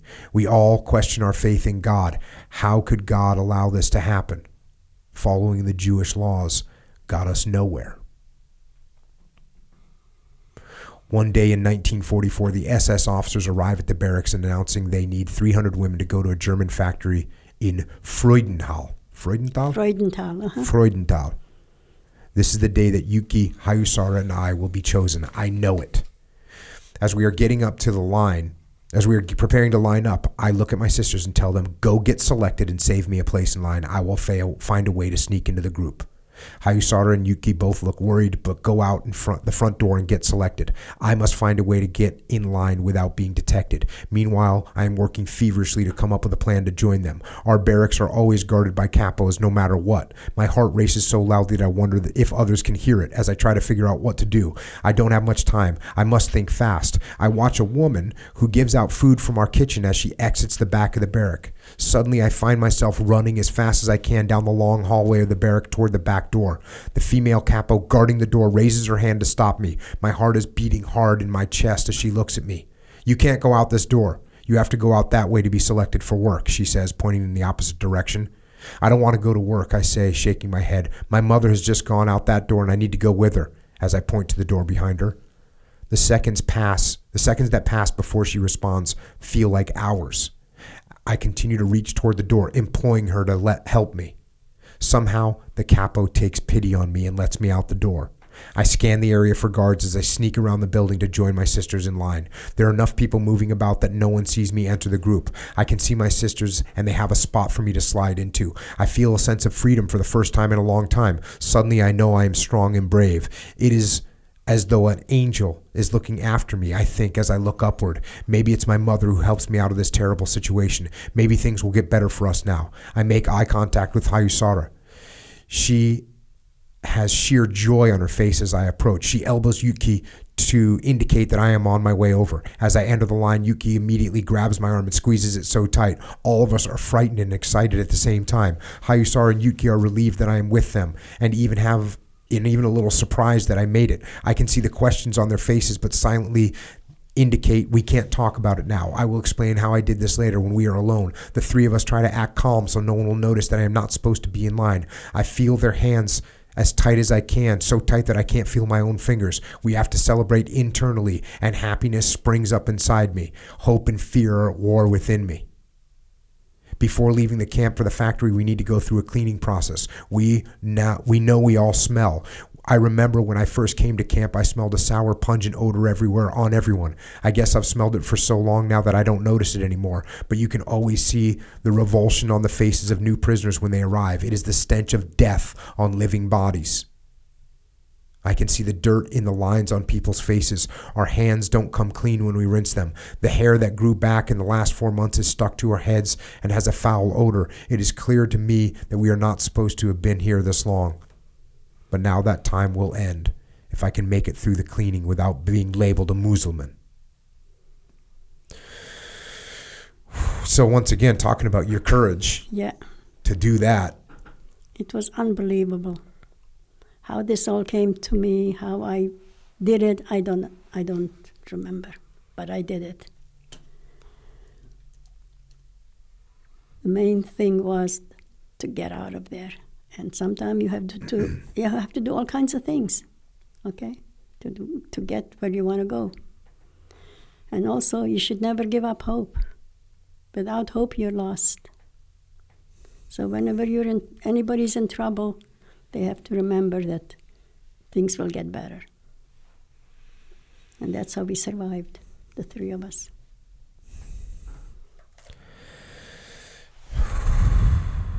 You guys get cleaned up, they shave you again. They delouse you. Right. Well, we were full of lice. We didn't have cleaning in 4 months. Can you imagine? No. Not having a cleaning in 4 months. Actually, I took my dress off a couple of times in the summer. Because we were also lucky that we were there in the summer, not in the winter. If we would have been there in the winter, we would have frozen to death. So we were there in summer, and so I would take my dress off and wash it. There was no soap, no nothing. And let it dry and then put it back on. So.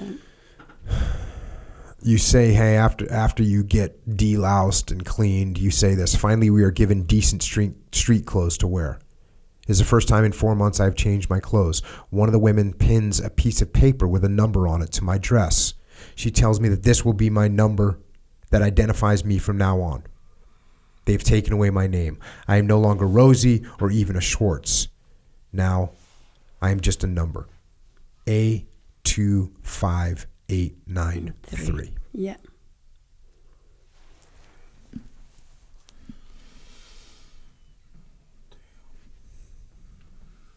See it? Mm-hmm. You know, a lot of the survivors after the war, they had it taken off.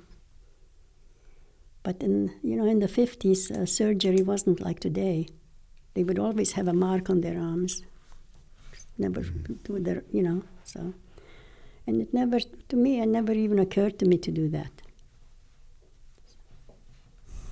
And when my kids were little, they would ask me what it is. I would tell them it's my telephone number. Okay.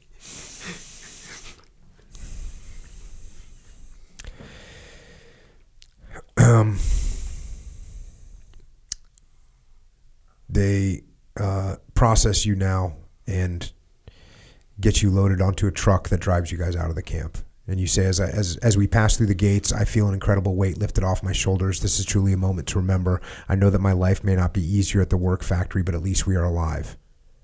We are scared and weak, but we have left the hell of Auschwitz behind us. Right. At the factory, they provide us with more decent street clothes similar to what I previously owned. The building is so cold, so we go to bed fully dressed. Even our blankets are not enough to keep us warm, but at least we have blankets. The building has a musty odor, but I have my own bed with a mattress, sheets, blanket, and pillow. We are allowed to access bathrooms at night. We can even get a shower with soap, and you're even given clean clothes once a week. The showers and bathroom are just down the hall. Compared to the hell of Auschwitz, this feels like heaven. So this is your new location. Right. And it really is. It is. This is what you've been striving for. Absolutely. To get into one of these work camps. Yes. Did you know that the work camp was better living, or were you just knowing that anything is better than Auschwitz? We didn't know, but anything was better than Auschwitz. Okay? I don't think there could be anything worse than Auschwitz.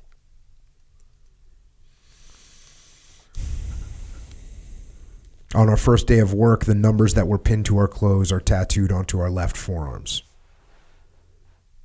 I know that I should feel pain, but I don't, as I watch them scratch the needle across my skin. In my mind, I am thinking about the law that Jews may not make any cuttings or print any marks on their bodies. How will God take this new development? I'm not in any position to resist the permanent tattoo that reminds me every single day that I am not free. A25893 is emblazoned for the world to see every time I reach my hand out to touch my sister or grab a piece of machinery. Each day as we leave the factory, we show our tattoo, which confirms that we are Jews who belong in the camp and not one of the free citizens that goes home at night. So when you're working this camp, there's actually regular civilians that are working there. Right. Germans? Are they Germans? Germans, absolutely. And mostly women, because all the men were in the military. Fighting. Yes. You say this, sometimes the German lady who works next to me brings me an apple. Yes. It is a big risk for her to offer me any special treatment because she could be labeled as a Jewish sympathizer and be taken to jail or shot. It is also a risk for me because I can be labeled a thief. There are no apples given to Jews here, so how would I get one? It would be up to a guard to decide my fate if I were caught with an apple. We are very careful that no one of authority is around when she hands me the apple. I think she realizes how hard our lives are and feels a bit sorry for me. It is so good to see the humanity in some people because we have lived for months, and some of us for years, surrounded by inhuman and savage guards every day. We have been treated as though we are not human. So this is like the first sympathetic person. Right. She was very nice. Did you have conversations with her? You talked to her? We would not have conversations, not too much, no, because we were both working at different things. But she would bring an extra piece of something sometime, an apple or a fruit, or even though compared to Auschwitz, this was like heaven. Okay.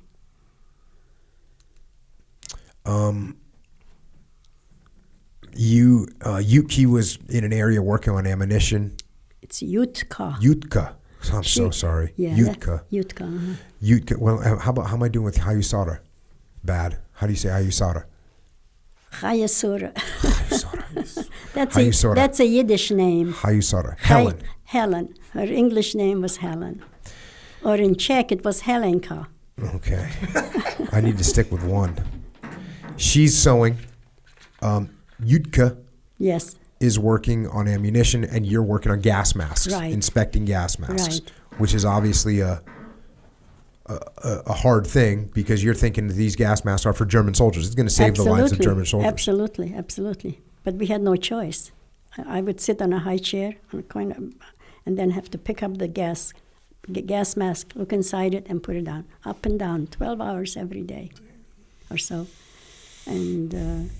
And Judy, my sister Judy and my sister Helen, one of them worked on uniforms and one of them worked on guns. We were all in different areas. Mm-hmm. It was a big factory over there. You know, this idea that you had of sticking together, of being a family and how that increases your chances for survival. As I read that, it seemed a little bit counterintuitive to me because I always think, well, if I just have to take care of myself, it seems like you'd be able to make more things happen as opposed to you're looking out for other people. Mm-hmm. But what I failed to realize and what I think is that because you're sticking together, you're looking out for each other. You're keeping, maybe you give a little bit of extra bread, you share some bread. Absolutely. So you're able to take care of each other. And people that went by themselves had less of a chance of survival. Absolutely. Absolutely. A lot of women that came there to our camp that were alone, I would say most of them didn't make it. Being alone is so hard. But when you are with sisters, at least you have more hope to survive. You say here, I'm always afraid that if I attract the attention of the guards, they will realize I'm too skinny to work and will kill me. Then who will help my sisters stay together? I have to stay alive and do as Tata said. After a month at the factory, I gather the courage to speak to the person in charge. I take a deep breath before approaching the intimidating officer. My hands shake as he looks down at me. I am still very short for my 14 years, and with no heels or hair to help me seem taller, I am sure I look like a younger child. This is hard work, I say, shocked at how confident my voice sounds. Because my hands are shaking, I press them into my sides, hoping you won't notice. I should get an extra meal to conserve my strength. To my utter surprise, the officer allows me an extra meal each day. Yes, she did.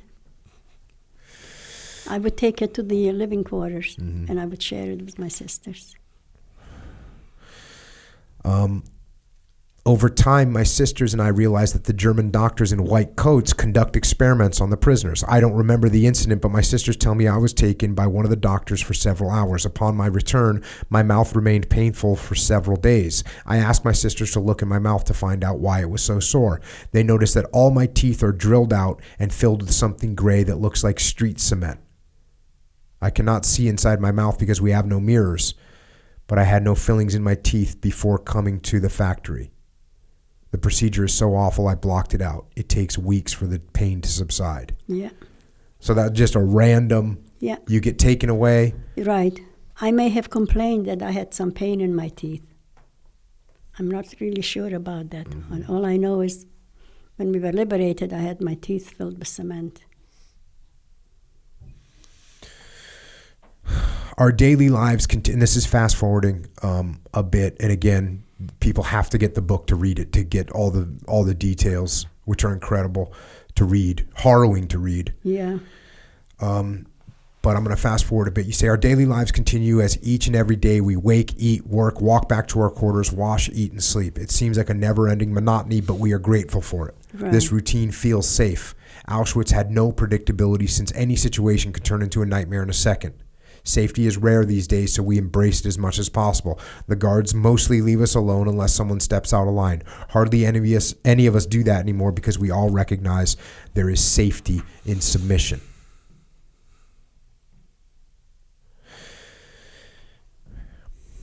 Going forward a little bit more, and again, you tell some really kind of fascinating stories about what goes on inside, and people need to get the book to see those, to read about those. I'm going to fast forward a bit. After 8 months of working and living at the factory, something starts to change. I start to feel eyes watching me steadily. I've known that the guards watch us, but never felt this kind of observation. I can feel their eyes on me, watching like a hawk, waiting for me to make a mistake. I think they are planning to take me back to the camp and to my death. One day I'm looking through the glass of a gas mask when Rivka appears in front of my distorted glass. I'm so startled that I jump off my stool. What are you doing? They will see you, I hiss at her. She should not leave her place in the line. Surely a guard will discover her and we will both get in trouble. Have you heard? She asks in a whisper. Heard what? I ask, confused. No one has spoken to me at all today, apart from my supervisor who barks orders at us once every hour. We are to be marched, she says gravely. I have no idea what she means by that, but from her face I know it is not good. Marched? Where? By whom? I don't know. I heard some guards talking about how the Russians are coming, she replies. The word Russians makes my heart beat faster. I know that they are fighting against the Germans for liberation.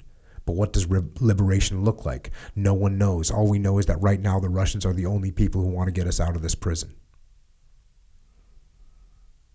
On May 6, 1945, we wake up to a gray, gloomy morning and prepare for work. There is an odd energy running through the room as we make our way to the door to line up. I wonder why everyone is so jittery. Are there extra guards outside? Are they moving us? Are we going on the march? We line up in front of the door like always, but instead of the silence that usually permeates the air, whispers fly along the line. What is happening? Someone asks. Are they sending us back to the camps? I don't know. Where are the guards? They should be here by now. Another person answers. One brave soul ventures to the door after about 15 minutes. All of us are nervous. She opens the door and we see no one. The usually locked door swings open without resistance. We cautiously move out to the yard to find the gates to our quarters wide open. This has never happened before, and all of us are very worried. We look around for the guards as we walk toward the gate. There on the fence is a plain white bed sheet. Someone wrote on it in German. It reads, "There will be no work for a few days. There will be a march that all of you will be in. Wait here until we come for you." That's bizarre. I didn't even remember that. You see that? All I know is that the guards didn't come to walk us to the factory, okay? And after being hours and hours after we were waiting all these hours, I said to my sisters, "I'm going out. I want to see what's going on." I was probably the youngest kid in the group. There were 300 women, I believe. I go outside, and the fence, the gate to the fence, because we had electric fences surrounding us, was wide open. The Germans ran away. Everybody ran away. And of course, here I am, and all the women are in the building. They're all afraid to come out. And I'm screaming at them, actually, "Come on out. I think the SS all ran away." And I hear the planes going over us. And I hear the shooting of guns. Behind where we were living, they had all kinds of cornfields. They were growing a lot of corn. The Russians were coming through the cornfields. And they came, and so when I saw that, of course, I said, I better go in front of the Russians, but how am I going to go? They might think I'm German because I had hair already, the same size hair, and regular clothes. So I guess my hair was not that big, that long, okay? But we did not have any marks on our dresses saying who we are, okay? But I thought that maybe they think I'm German, okay? So I tore a piece of my dress off, and I found a stick, and I put that down, and I went in front of the Russians like this. And what was their reaction? Oh, they hugged me and kissed me, and I told them we have 300 women here. They came, they liberated us, and it was an amazing day.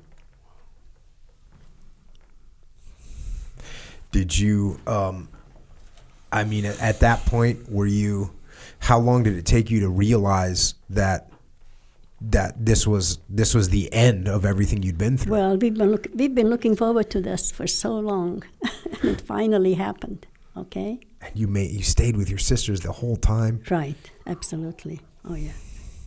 I don't know if I would have survived without my sisters. I don't know if my sisters would have survived without me, because I did things that nobody did. In a situation like this, you have to do certain things to survive, okay? So. You say in the book, this is the moment we had dreamed of, hoped for, and waited long months to see. It was as wonderful as any of the dreams I had. All of us were overjoyed at the news we had waited so long to hear. Helen,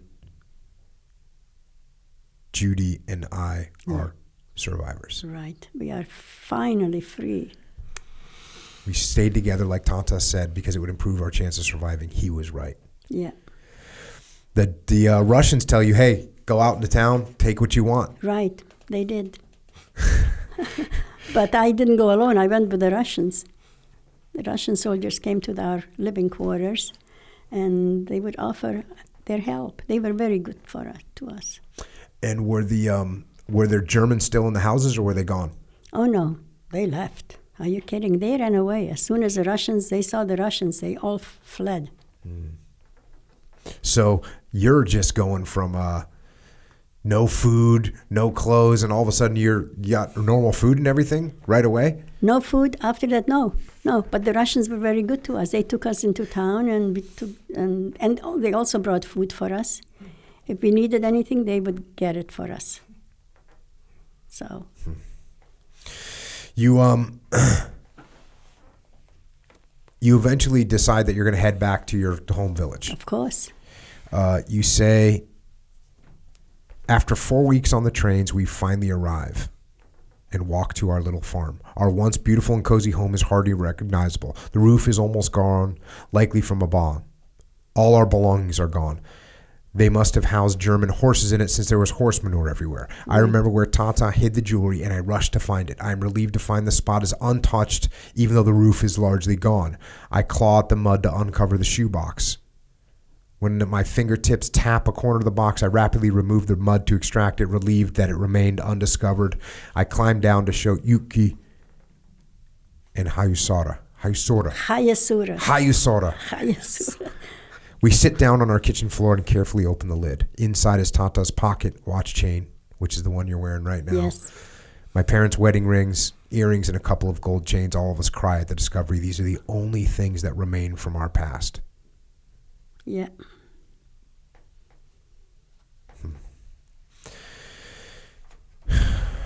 You start to get news. You start to get rumors and information. One man reported that he knew nothing of Tata, but was in a camp with Fischl where they sewed SS uniforms. He described how well my brother did in camp. Just days before the end of the war, all 300 men in his camp were marched into the forest and forced to dig a large hole. The Germans then stood them all at the edge of the hole and shot them. Yeah. As they fell into the hole, it became a mass grave. The man told me that the Germans' goal was to destroy any proof of what they did during the war, so they made sure that there would be no survivors to talk about what happened in the camps. Yeah. I asked the man how he survived. If everyone else died, he tells me that he was too ill to get up, so he hid in the back of the barracks and no one noticed him. Poor Fischl came within days of liberation only to be slaughtered by the Nazis. Yeah. Later, another local man returns with news of our father. This man was with Tata in a factory where Tata had become very sick. He had sores on his legs that would not heal. Because Tata did not recover and could not work, they shipped him back to Auschwitz where he was murdered. I repeatedly think about him and the injustice, wondering if he was scared. My brave, intelligent father's face swims in my mind. I wonder if he thought of us before he died. I'm sure he did. I'm sure he did. The fate of our immediate family is now clear. Of the 11 Schwartz family members taken, there are only 3 who survived. Over time, we get word of our extended family. Our wonderful family of nearly 150 is reduced to only 11 survivors. Yeah.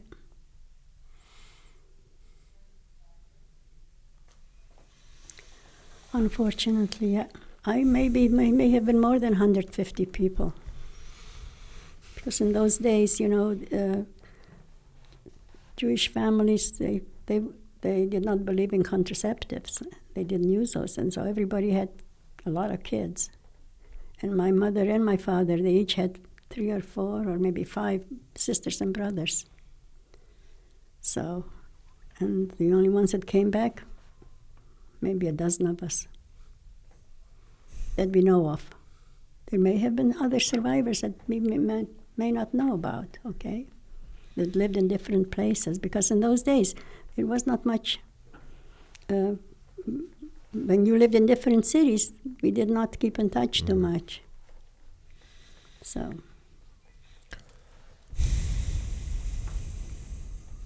you hear about the Central British Fund. Right. And they have a program where they're taking orphaned survivor children from the Holocaust and bringing them to England. Right. And you apply for this program. It says, so they're called the CBF. Despite the CBF's attempt to gather 1,000 survivor orphans, they can only locate 732. 32 kids, right.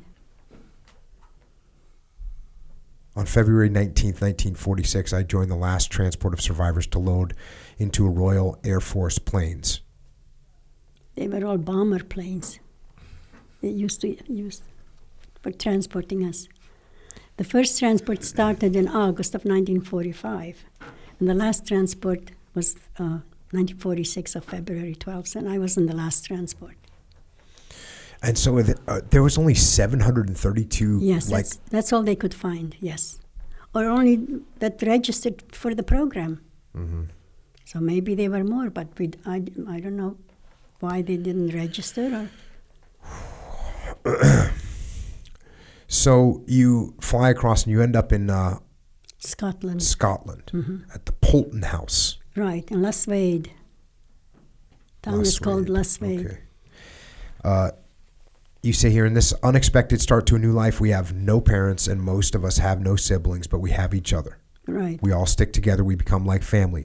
This simple life falls into a pattern of predictable, safe days, which comforts all of us. We are encouraged to have fun and relax together. All of us are eager to feel normal again with our new family. Our days are routine and comforting. The counselors talk to us about our new life and what to expect now. We need a long-term plan. Well, the only plans we had is hopefully maybe coming to America or going to Israel, okay? Because all our cities that we came from, they were the past.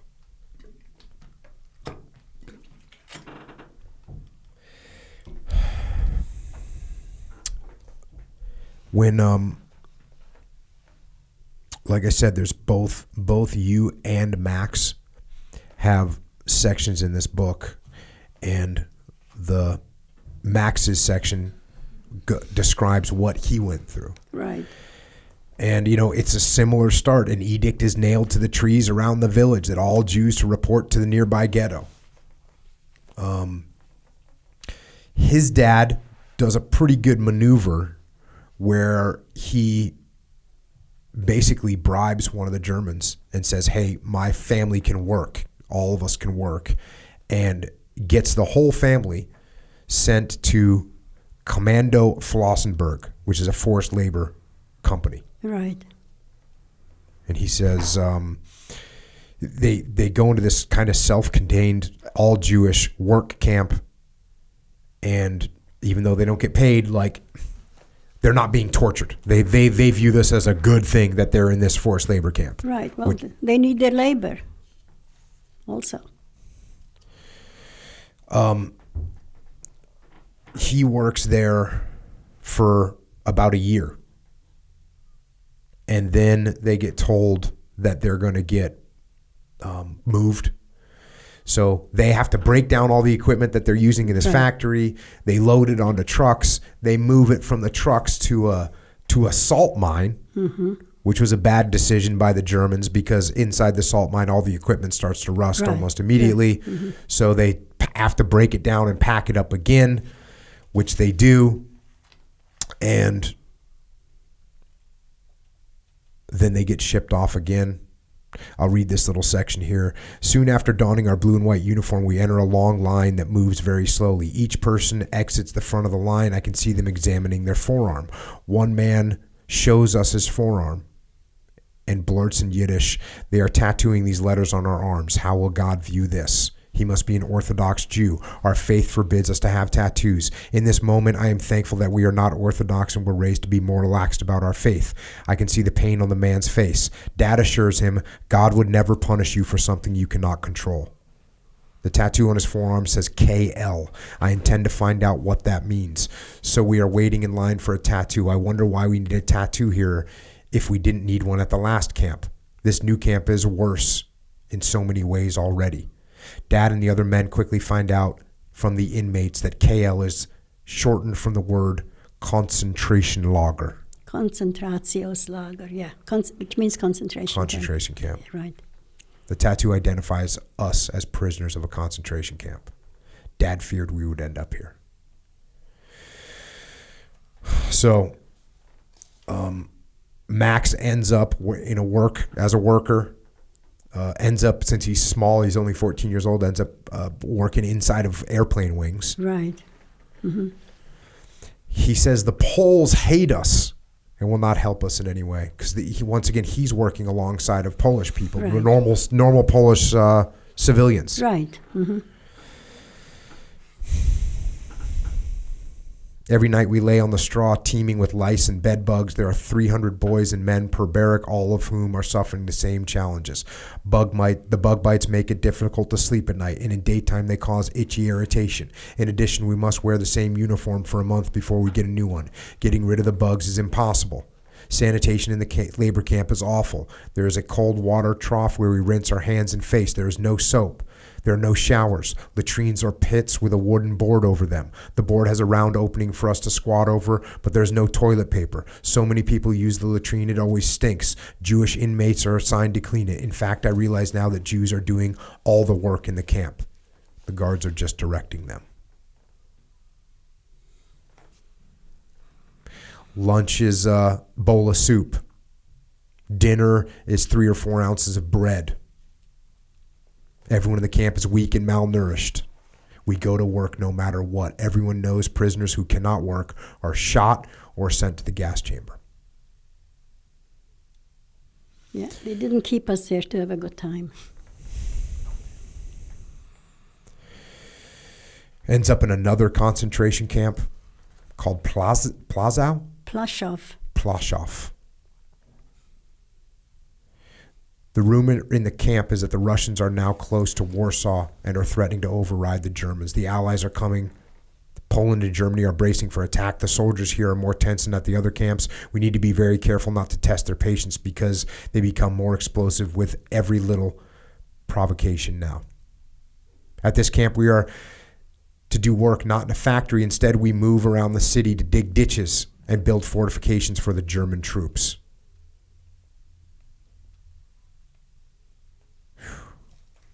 Once again, you're doing something that's going to help the people that are torturing you and killing you. We have no choice.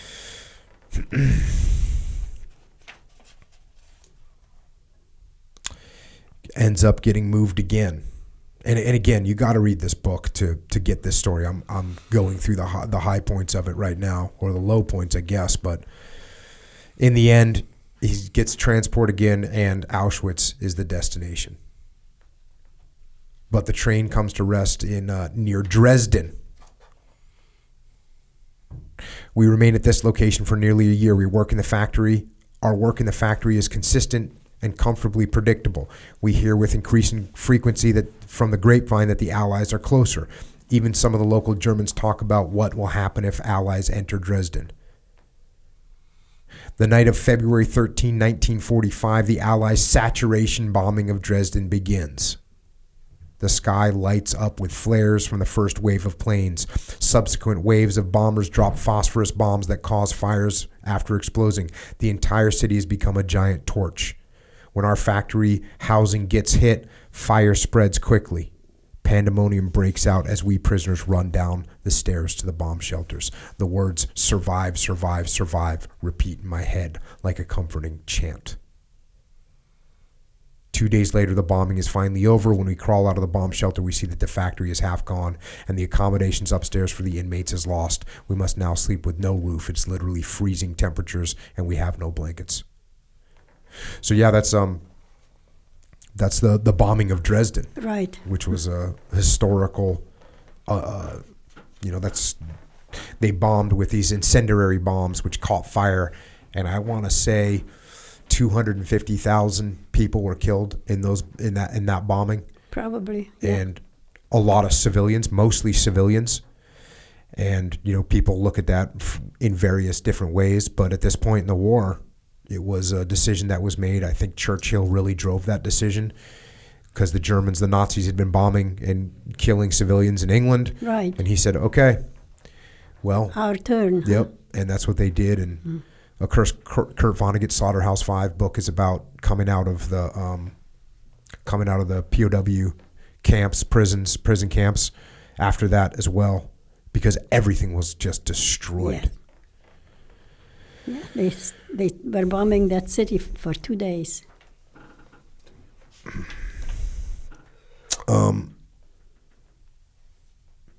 He gets moved around again, and yeah,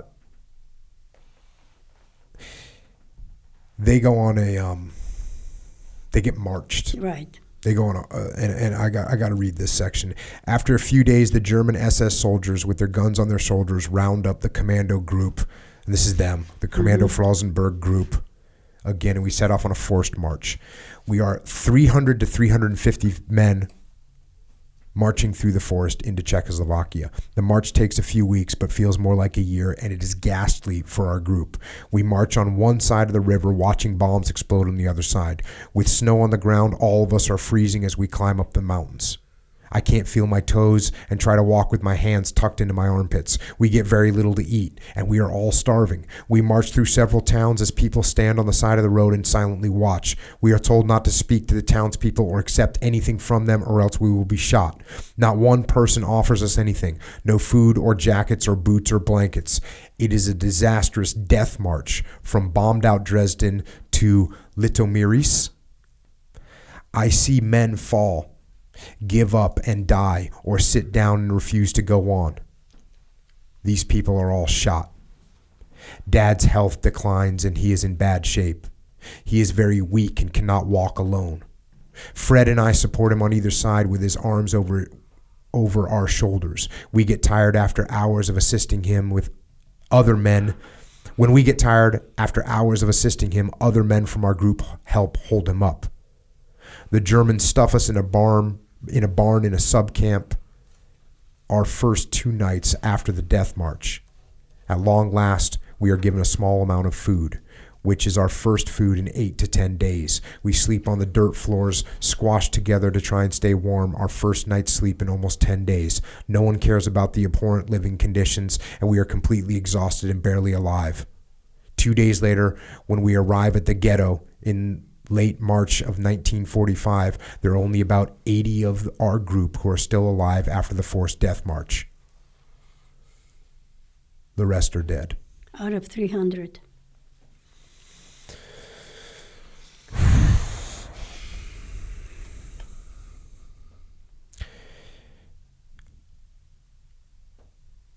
So,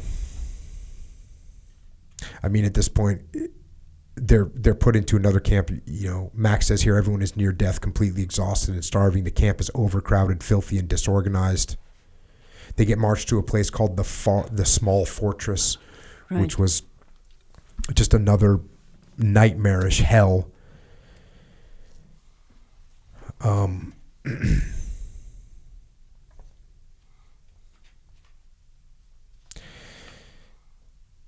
On May 8th, and again, I'm skipping forward, but you got to get this book to read through what actually happened. On May 8th, 1945, Soviet troops enter the Small Fortress to liberate the camps. Theresienstadt. And Theresienstadt. Theresienstadt. What is that, the name of the town? Mm-hmm. Teresin. Could this be the day we had waited so long for? The troops are indeed here to liberate us. Our imprisonment at the hands of the Germans is over at last. Even the weakest of us is celebrating to know we are finally free. We did survive. We are no longer captives, prisoners and slaves to the German Nazis. The 3 of us, so it's Max, Fred, and the dad, their dad, despite all the odds, have survived to today's liberation, although Dad is very likely at death's door. Yeah. I can now proudly wear Dad's gold watch chain rather than hide it. And again, there's an incredible story, and it's a similar story to yours in that your dad, Max's dad, had a chain, except for Max kept it with him the whole time. Right. And him and his brother Fred traded it back and forth and kept it and hid it over all that time. Right. And now he's able to take that watch chain out and actually wear it. He says this: we slowly came to the realization that Dad did not survive the typhus epidemic. Fred and I share a long knowing look. We both know. I can see it in his eyes. Benjamin Schindler is dead. After a quiet period, we begin talking about what likely happened. I hope that Dad lived long enough to know liberation. Fred believes this is true. He says after liberation, people wander around looking confused, relieved, and angry, and all have questions about their loved ones. Yeah, Max and Fred, they came down with typhoid, so they kept them 6 weeks in one place, and by the time they came out of this disease, they could get up and go outside. They looked for the father, and there was nowhere. Couldn't find him anywhere. So a lot of people died after liberation. Okay, and they buried a lot of people in Terezin, but they had no names because none of us had names in the camps. I mean, when we were Terezi and Freudenthal, we had the names, but we didn't have it on our clothes or anything. So most camps, if you didn't have the names on your clothes or anything, There's no way to identify. No way to identify. No family to identify. No. So when someone died, it was just that's it. Nameless body. Right. So that's what happened to Max's father. He says here, with the help of the Red Cross, we find out that Mom and Cecilia went to Stutthof, a camp in East Prussia. Mm-hmm. That concentration camp reportedly expanded several times, adding more barracks and extermination chambers during the war.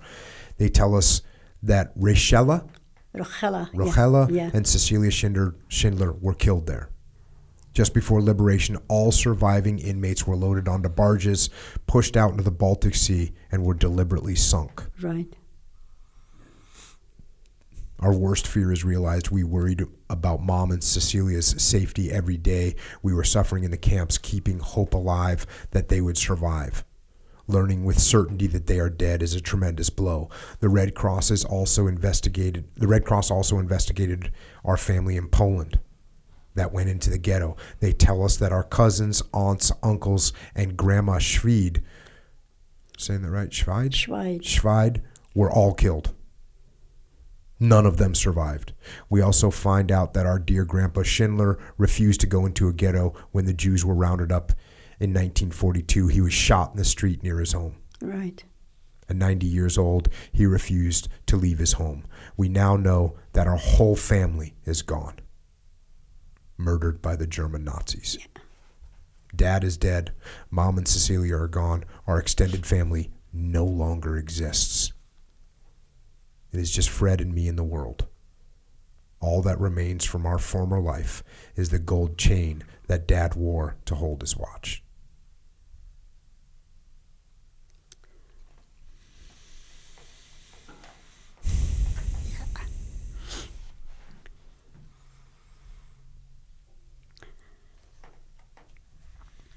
It's not an easy book to read.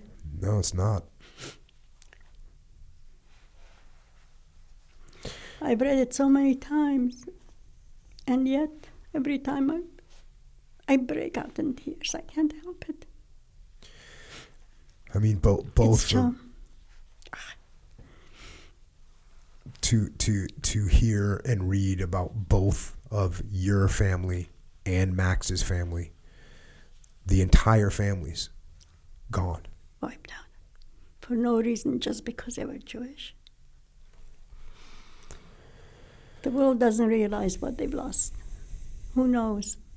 Maybe one of those people could have been a doctor who would have found a cure for cancer, okay? Because we believe a lot in education, okay?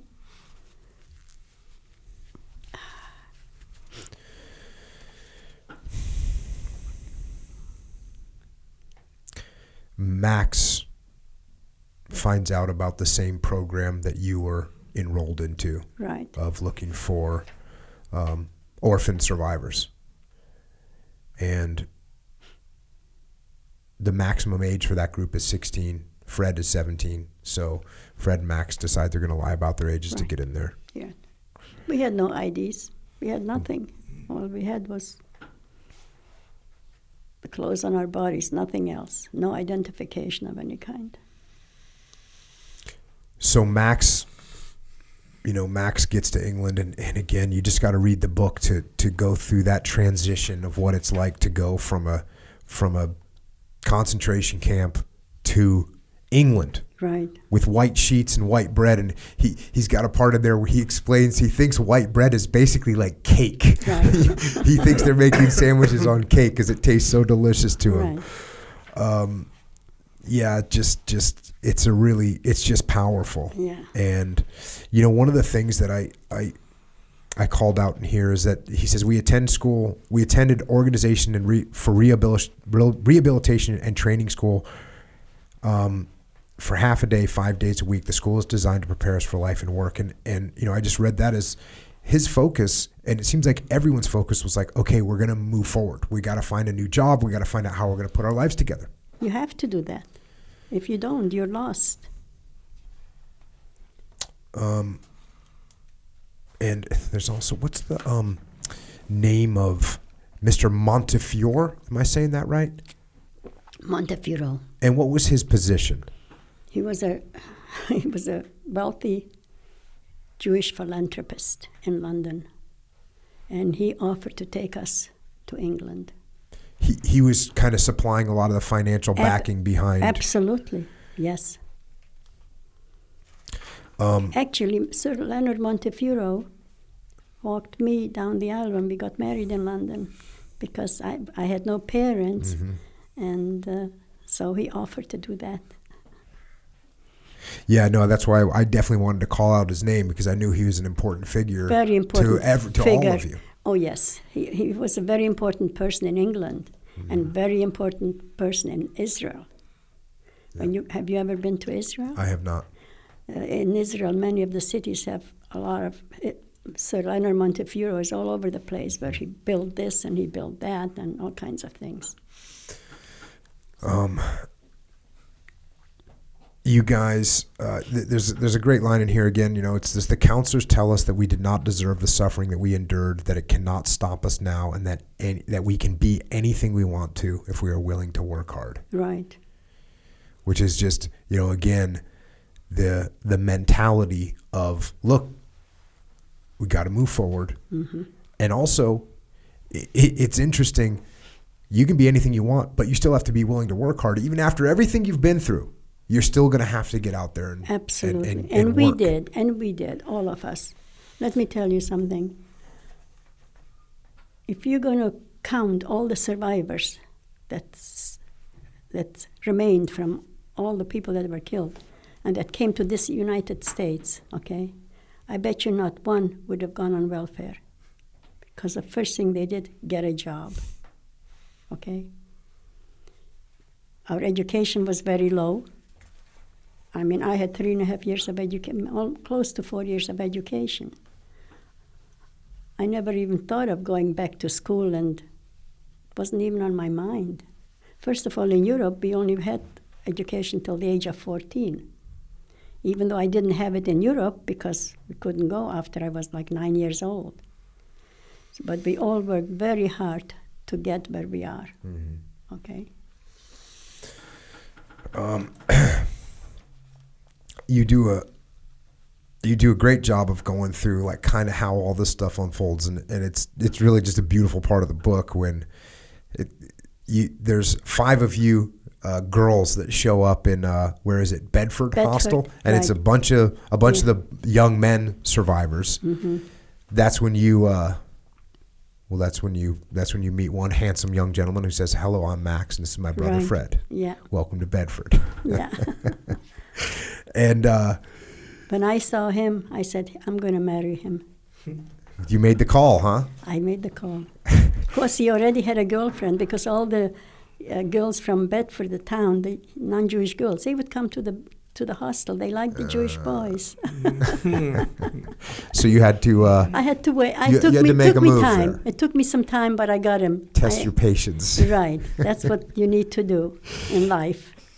Okay. But you got to go after what you want. Absolutely. Got to take a little risk sometimes. Yes. Coming from Rose. Yes. You get jobs. You learn English. Now you move to London. Who is it that moves to London? Is it you, Max, and Fred that all moved to London together? Yes, we did. And because the hostel was closing, the kids were leaving. They were finding relatives in the United States. They're going to Israel. They're going to Australia. You know, because we were all orphans, and a lot of us remembered we had relatives here, there, and everywhere. Okay, so a lot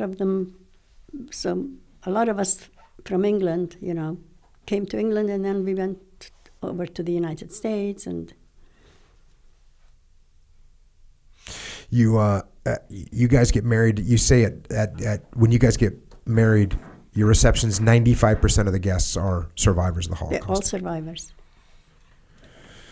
We kind of stuck together. You know what I mean? Yeah.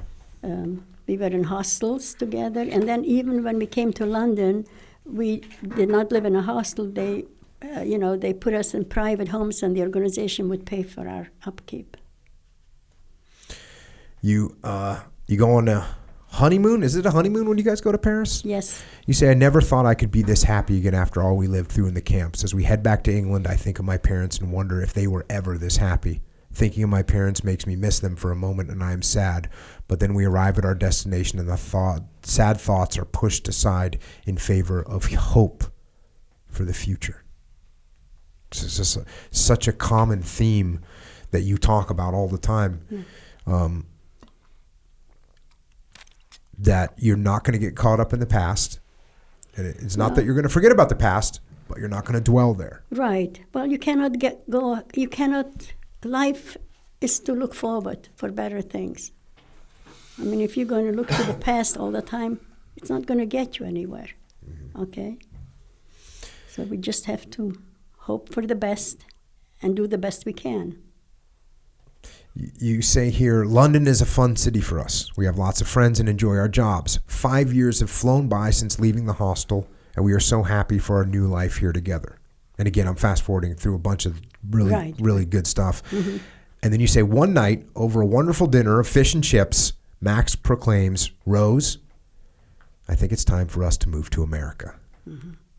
His statement takes me by surprise. Max periodically talked about moving to America since we met. We talk about America as a destination for someday, but I never considered that someday might be today. He told me that his father had been trying to get the family emigration visas before the Germans rounded up all the Jews. Right. I don't know, Max, what we do in America. Whatever we want, he tells me with a smile. Mm-hmm.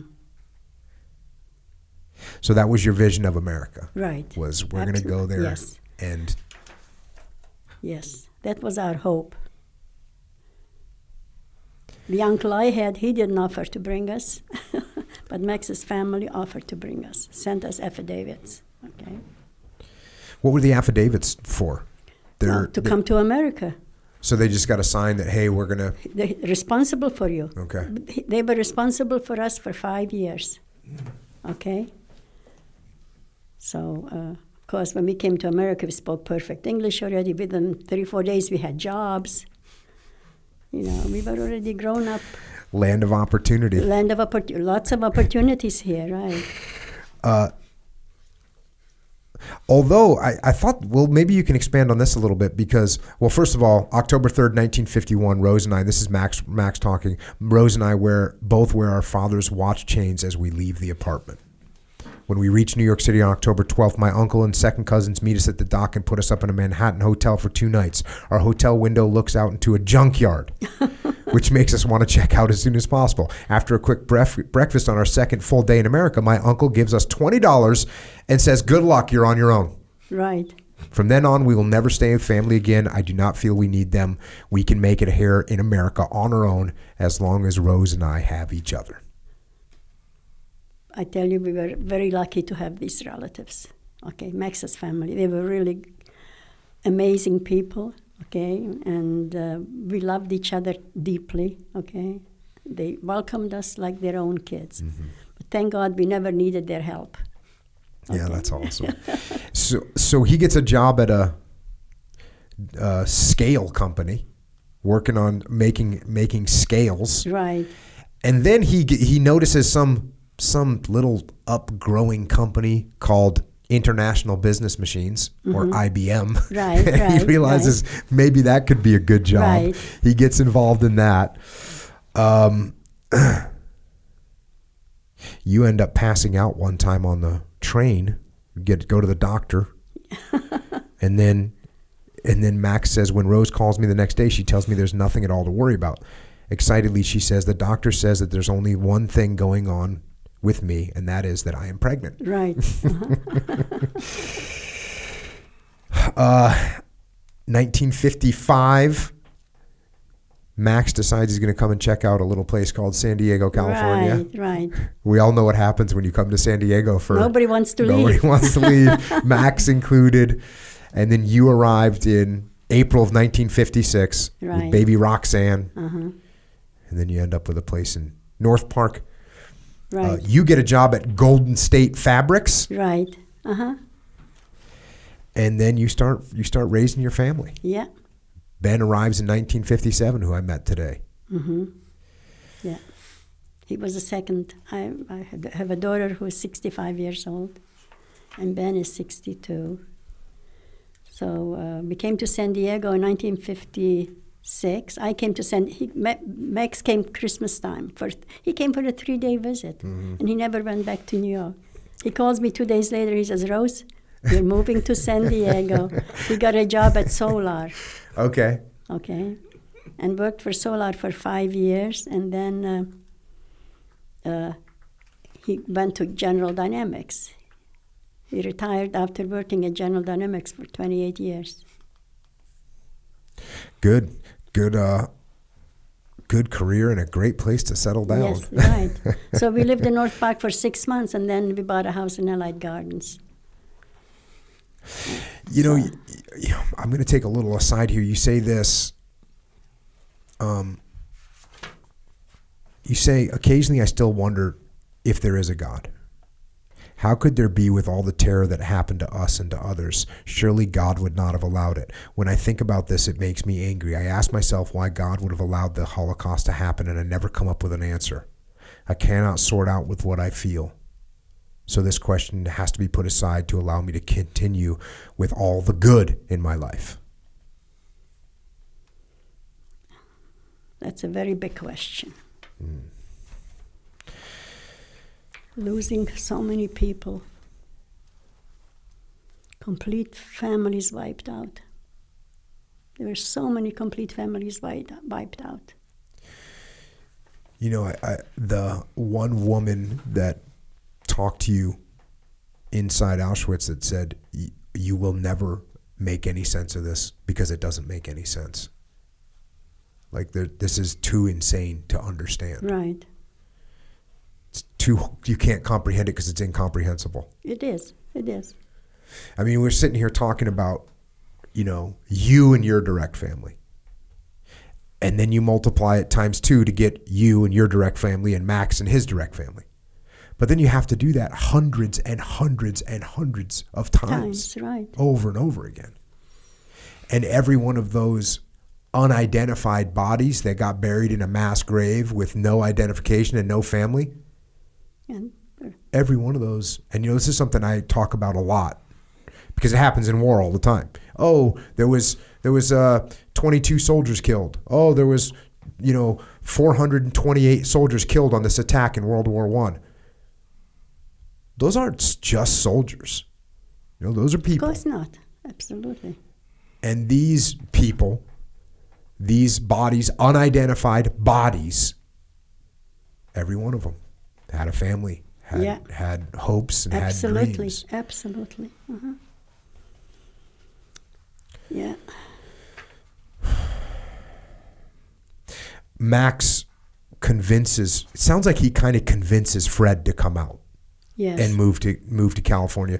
It sounds like Fred had a harder time after. He did. He did. He had a harder time. He lost his hair in the camp. So after liberation, his hair never came back. And he was a lot of people are more obsessed from the past. The best thing is sometimes to forget some, not to think always about the past, because you want to go ahead. Mm-hmm. Yeah, a thing that I talk to people when I talk about loss, right? Because I've lost a lot of friends, and when people ask me about how they handle that, I tell them to remember, but don't dwell. So we never want to forget what happened, right? But we don't want to, as you're saying, we don't want to sit there in the past because we need to think about the future. We need to move forward. Absolutely. Max says we don't really talk about the camps much at all. Our friends don't want to hear about the atrocities, and we don't want to relive them. Mm-hmm. Even in our survivors group, it's not a big subject. It is difficult to talk about losing absolutely everything, your home, your family, everything you own, even your family photos. For most Jewish families, the only people to survive are those who left Europe or hid.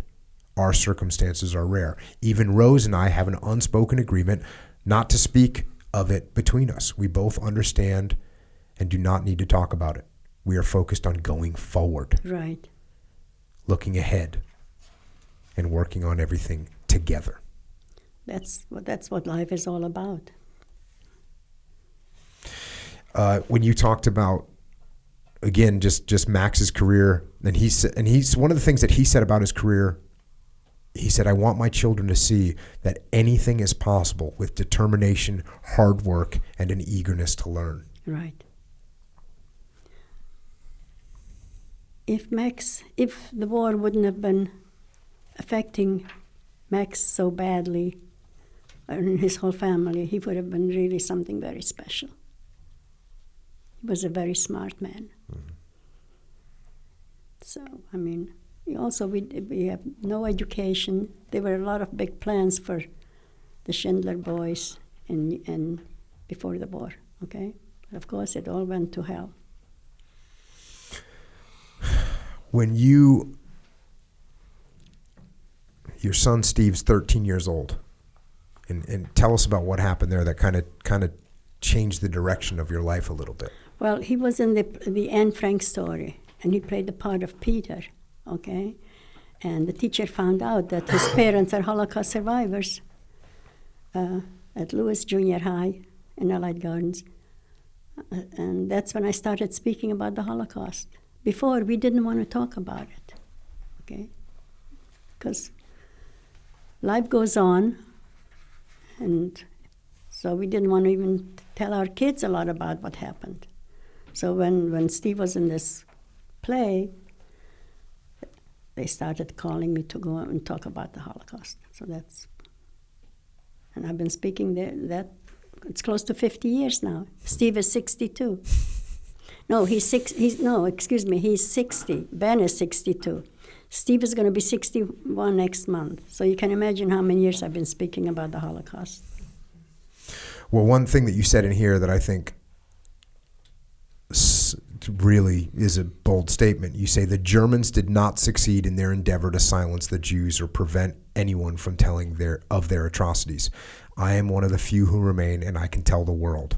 Right. AT25893 on my forearm has a new value. Right. And I am not one to pass up an opportunity. This may be my first time speaking, but I will find more places to share my story. That's what you said after you got done speaking to those kids for the first time.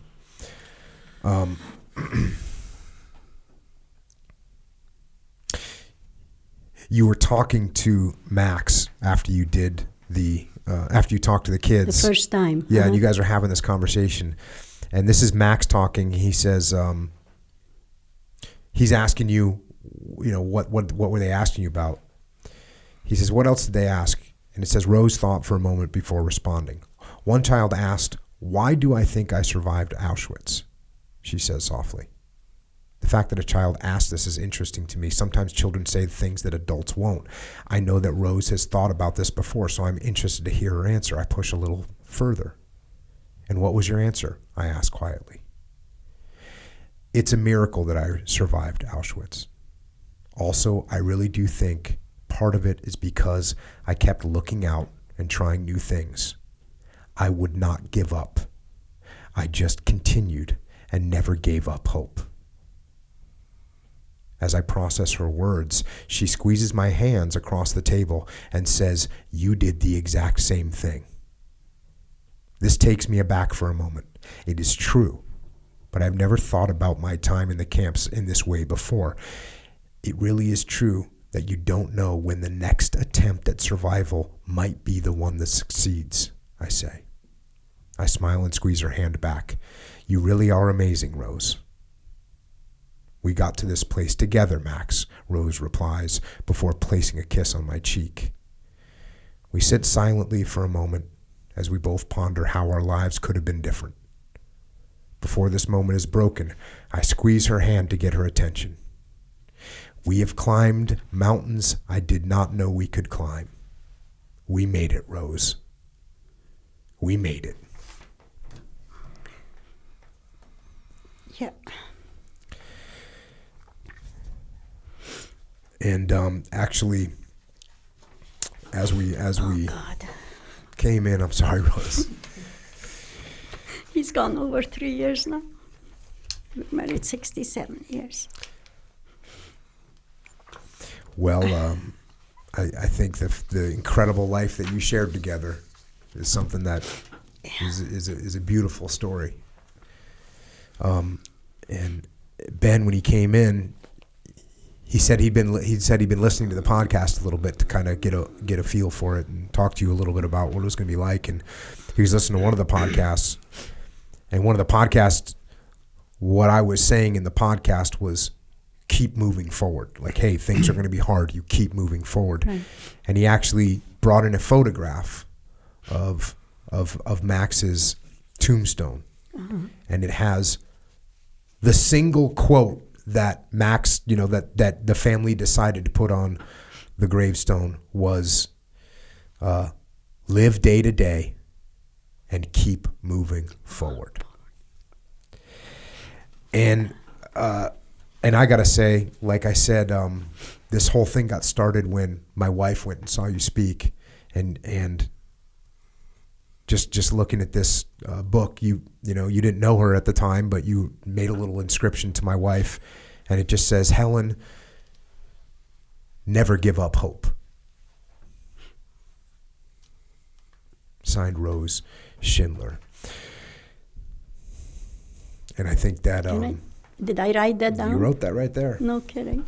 Never give up hope, yeah. Never give up hope. Yeah. So, I think that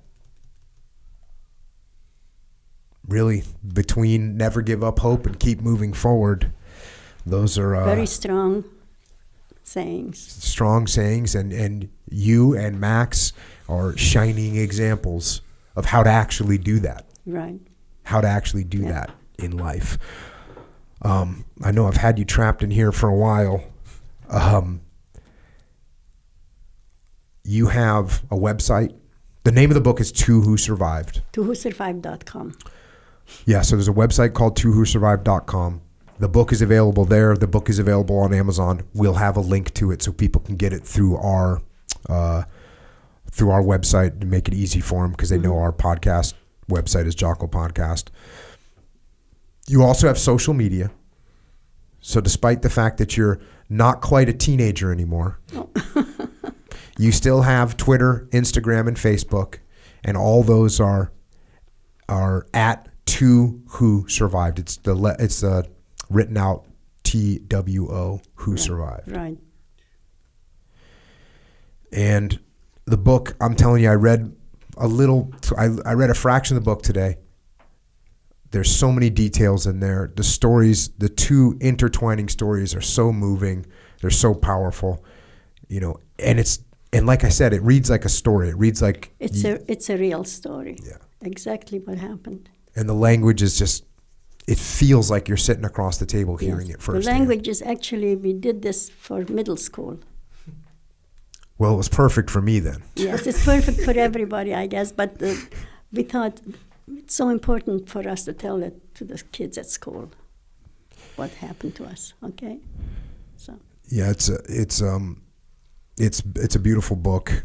I mean, despite the fact that it's filled with horror, it still is a beautiful book about the strength of that human beings can display. Right. Even in the face of the evil of other human beings. Yeah. Do you have any closing thoughts, Rose? Because I don't want to keep you in here forever. I want to thank you for doing that. I hope people will enjoy your story. Okay. I don't even know where if I turn on my. It's not a radio. I don't even know what you call it. I'll explain. Yeah. I'll explain to Ben how to get it done. Well, we have since Max passed away, I don't even use my not a radio. It's a whole set. Well, I'll make sure to talk to Ben so that you can listen to it and watch it. Actually, you can watch it too, because it'll be on something called YouTube, which is like a television that you can watch at any time you want. I'm on YouTube already. Yeah, well, I've watched some of your stuff on YouTube already. Yeah. You'll be on there more. But it's really funny because I've never even put on it's not a radio that I have, it's a whole set, Like a stereo system. Is that what's okay? Right, okay. a stereo system. Okay. I couldn't think of the right word. stereo system. I should put it on sometime. Max used it all the time. Mm-hmm. But ever since he passed away, things are so different for me. Well, yeah, you know what? I do recommend you go and put the stereo system on. Put some records on there. Yeah, well, you should see all the records we have. Well, I bet that Max would like to sit down with you there and listen to some of those some of those albums. I hope he can. So Okay? I recommend you do it. Okay, thank you very much. Have a beautiful day. Yeah, and thank you. And you too, and have a beautiful life. And just remember, if you have a problem, if something is not going so well, remember tomorrow is going to be better. Okay? I will do that. Thank you so much for coming on. Thanks for sharing your story, and thank you for giving us an example. Thank you for doing this, okay? It's an honor to have you. Okay. Thank you. And with that, Rose Schindler has left the building. What an honor to have her on. What a story. Pretty unbelievable. Echo, you made it through. Yes. It's kind of harrowing when you think about it from the perspective of a 9, 10, 11, 12-year-old kid. Yes. Right? Yeah. And there's two things that there's a bunch of things that I pulled from it, but two things that really stand out, seemingly small, but kind of big, where so they stuck together, Mm-hmm. And so what that was essentially was cover and move. Yeah. The whole time. Absolutely. Because it was, so that was kind of like, and you know how you said it was counterintuitive. Counterintuitive. Yeah, where it's like, oh yeah, like, hey, if I don't have to depend on this person or whatever. I identified the root of that thought in my brain. Yeah. When I was in Sri Lanka, Mm-hmm.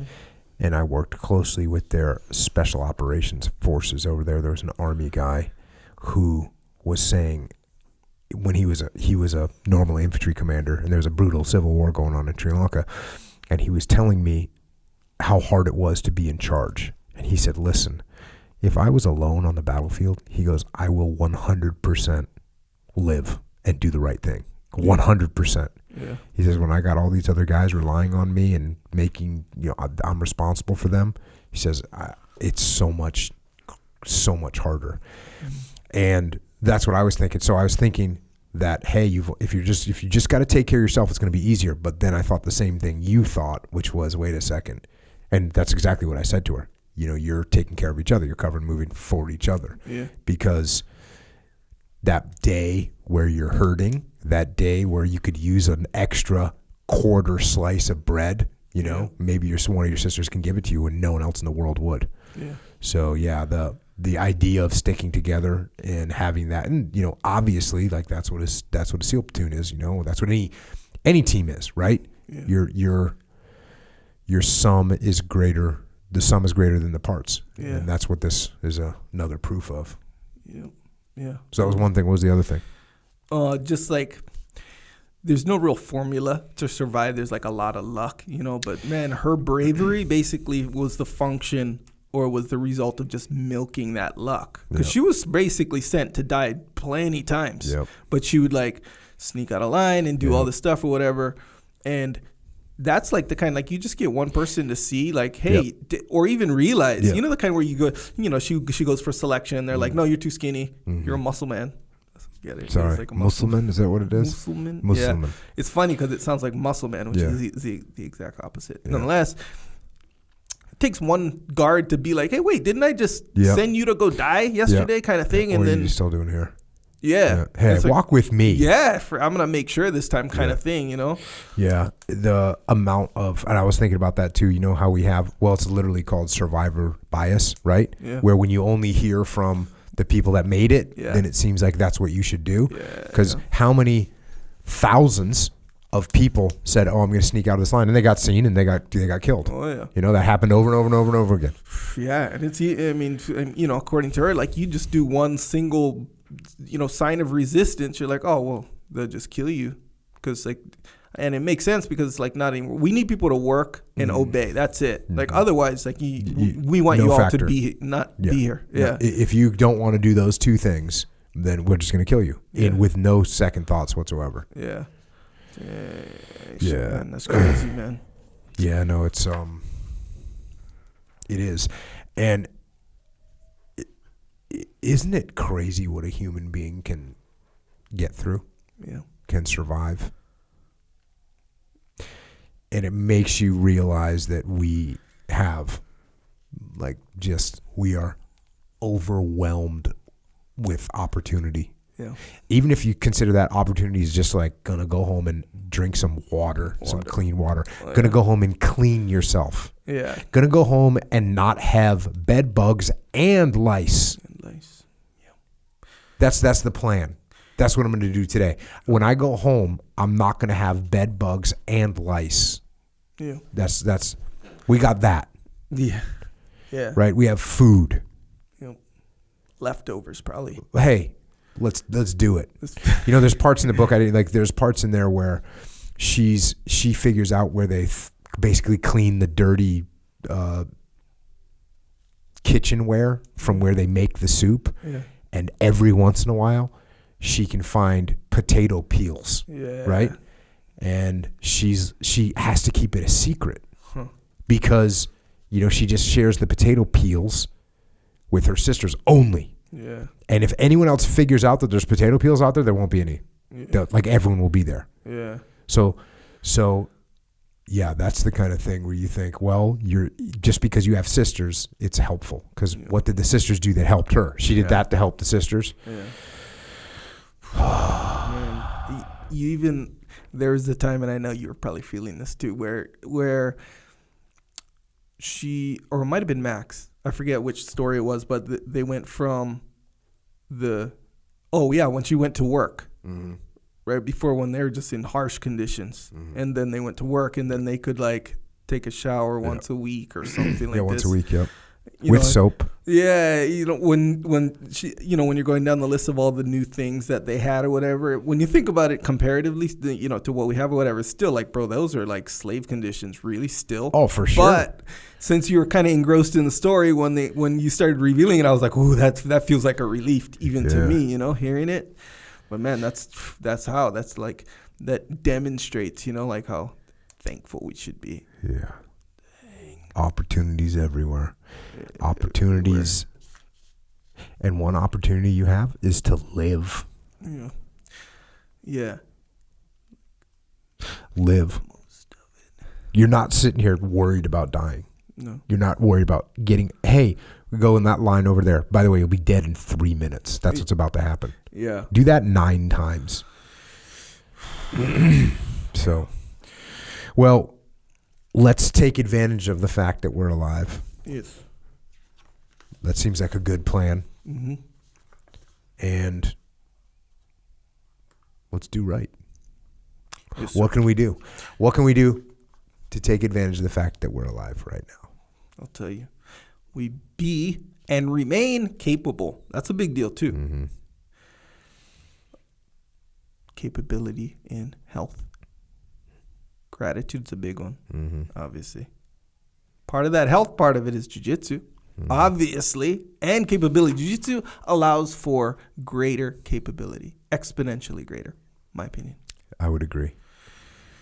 In all aspects. Yes. So, anyway, a lot of us are doing jiu-jitsu. A lot of us are about to do jiu-jitsu. We're going to need a gi. What gi do we get? Origin gi. Okay. Also, if you do no gi, get an Origin rash guard. The other part of the uniform in the totalitarian gi and no gi scenario. That's not really totalitarian, but it's... Yeah, I just learned that totality word. Is what you meant. Yeah. Totalitarian would mean there's a regime of... Yeah, that's not what I mean at all. Like I said, I just learned that word, so, I'm practicing, and, we'll get it right next time for sure. Anyway, originmain.com, that's where you can get this stuff. But we also have jeans. Yep. In the event of you not doing jiu-jitsu at any point of the day, wear some Origin, which is unfortunate. Yeah. Well, but we gotta be thankful. Yeah, you get the.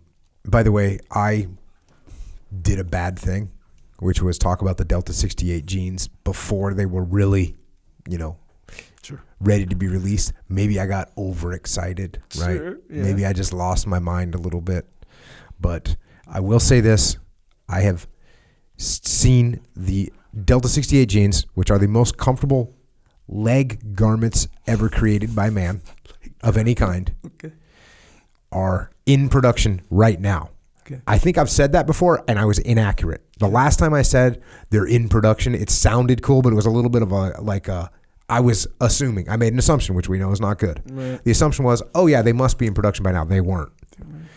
We were moving the boot line into the new factory, blah, blah, blah. A bunch of things were going on. We weren't in production yet. Guess what we are now? We are in production. Okay. We are in production with Delta 68 jeans. I understand. And you claim that they're the most comfortable leg garment. They not claim. I'm saying I have worn every different type of leg garment in my life. So the joggers were these are the most comfortable and the best. More than the joggers. Yeah, well, I didn't really. The joggers aren't for me. I know. And they don't look normal. And they don't feel normal. This is my little theory, hypothesis, whatever. You put on the joggers, you felt the physical comfort, but the psychological and emotional discomfort trumped it. So it can't be the front runner of comfort. You see what I'm saying? I'm going to tell you, no, you're actually wrong. No. I will tell you, the Delta 68 jeans are as comfortable, if not more comfortable, than the joggers. Physically more comfortable. If I had to sleep in one or the other, I'd pick the jeans. All right. I'm not gonna what do you call it? You're not gonna call me a liar. I'm not gonna call you a liar. I'm not gonna refute your own opinion. So hey man, all good, but on a factual level, I'm just gonna say I don't know 100% if I agree with you. How about that? So there's two theoretical presumptions that are being made by each of us. Yes. One of them is that the joggers are the most comfortable leg garments ever. Yes. Not as functional, by the way. Or just as functional. No. But the Delta 68s, in my opinion, are the most not only functional, but also most comfortable. Okay. So there you go. There you go. Hey, when we get them, we can see for ourselves, Mm-hmm. And if you want to get them, you can get them from OriginMaine.com, which is also where you can get supplements. Yes, supplements. Joint supplements, very important. Very important. Joint supplements, joint warfare, super krill oil. Mm-hmm. Also, additional protein in the form of dessert called milk. Also, a version for the Warrior Kid milk. Many different flavors. That's the one you're going to have to choose for yourself. Yeah. I'm not going to say, hey, mint chocolate is factually the best one. Well, that's a matter of opinion. It's not like the Delta 68, right, which is a matter of fact. Well, questionable fact, we'll say. Got Jocko white tea as well. Don't forget about the Jocko Discipline in a go. Jocko Discipline can. It's so good. Yes. It's so good, and it makes you feel really good. Yeah, sure. It gets you up on step, we'll say. Sure. Right? Yeah. If you're going to train... If you trained against a clone of yourself and one of you had Jocko Discipline Go and the other one didn't, the one with Jocko Discipline Go would win 100% of the time. 100%. 100% of the time. Yeah, no question. Am I wrong? Double blind. No, that's been tested, by the way. Oh, yeah. We can test that with you and Jade because you're twins. Theoretically, no, but... No, you're twins, though. Sorry, theoretically, yes, but actuality, I'll give you no. The Jocko Discipline Go. You'll go against Jade. It'll be proven. And it'll be proven forever. You can pick all this stuff up at OriginMaine.com, or the supplement stuff you can get at the Vitamin Shop, which is a retail outlet all over the place, and they're stocking up. If they were low on stock, we're taking care of that. They got stock now. Yes, big time. Also, when you are getting your copy of To Who Survived, I didn't know this till the end. To, like the letter 2. TWO, Who Survived. Mm-hmm. As opposed to what I thought it was like a letter to who survived. You see what I'm saying? Kind of like it was like a thing. Okay, I got it. It was dedicated kind of situation. Nope. Anyway, all right, Who Survived. Go to jockopodcast.com. Click on the top where it says books from the episodes. Boom, we got you. So you can get it through there. Easy way to just navigate and find it. Also, we have our own store. It's called Jocko Store. So you go to jockostore.com, and this is where you can get more rash guards, represent the path while you're doing your jiu-jitsu or surfing or whatever you use rash guards for. Some guys, when they do powerlifting, it gives you all the range little bit of compression. You know, it's very functional garment, as it were. Anyway, some T-shirts on there represent the path. Discipline equals freedom. The attitude of good. You know, shirts, T-shirts, hoodies, light and heavyweight. A lot of stuff on there if you like it. If you want something, get something. Good way to support as well. Also, subscribe to the podcast if you haven't already. Yes, it's important to subscribe to the podcast. I guess. I don't know. Varying levels of importance. How about that? Here's the deal. If you want to, go ahead. If you don't want to, continue to be lame. That choice is yours. Don't forget, we also have the Grounded podcast, which is a new episode out of the Grounded podcast. So you can get just right up to date on the Grounded podcast.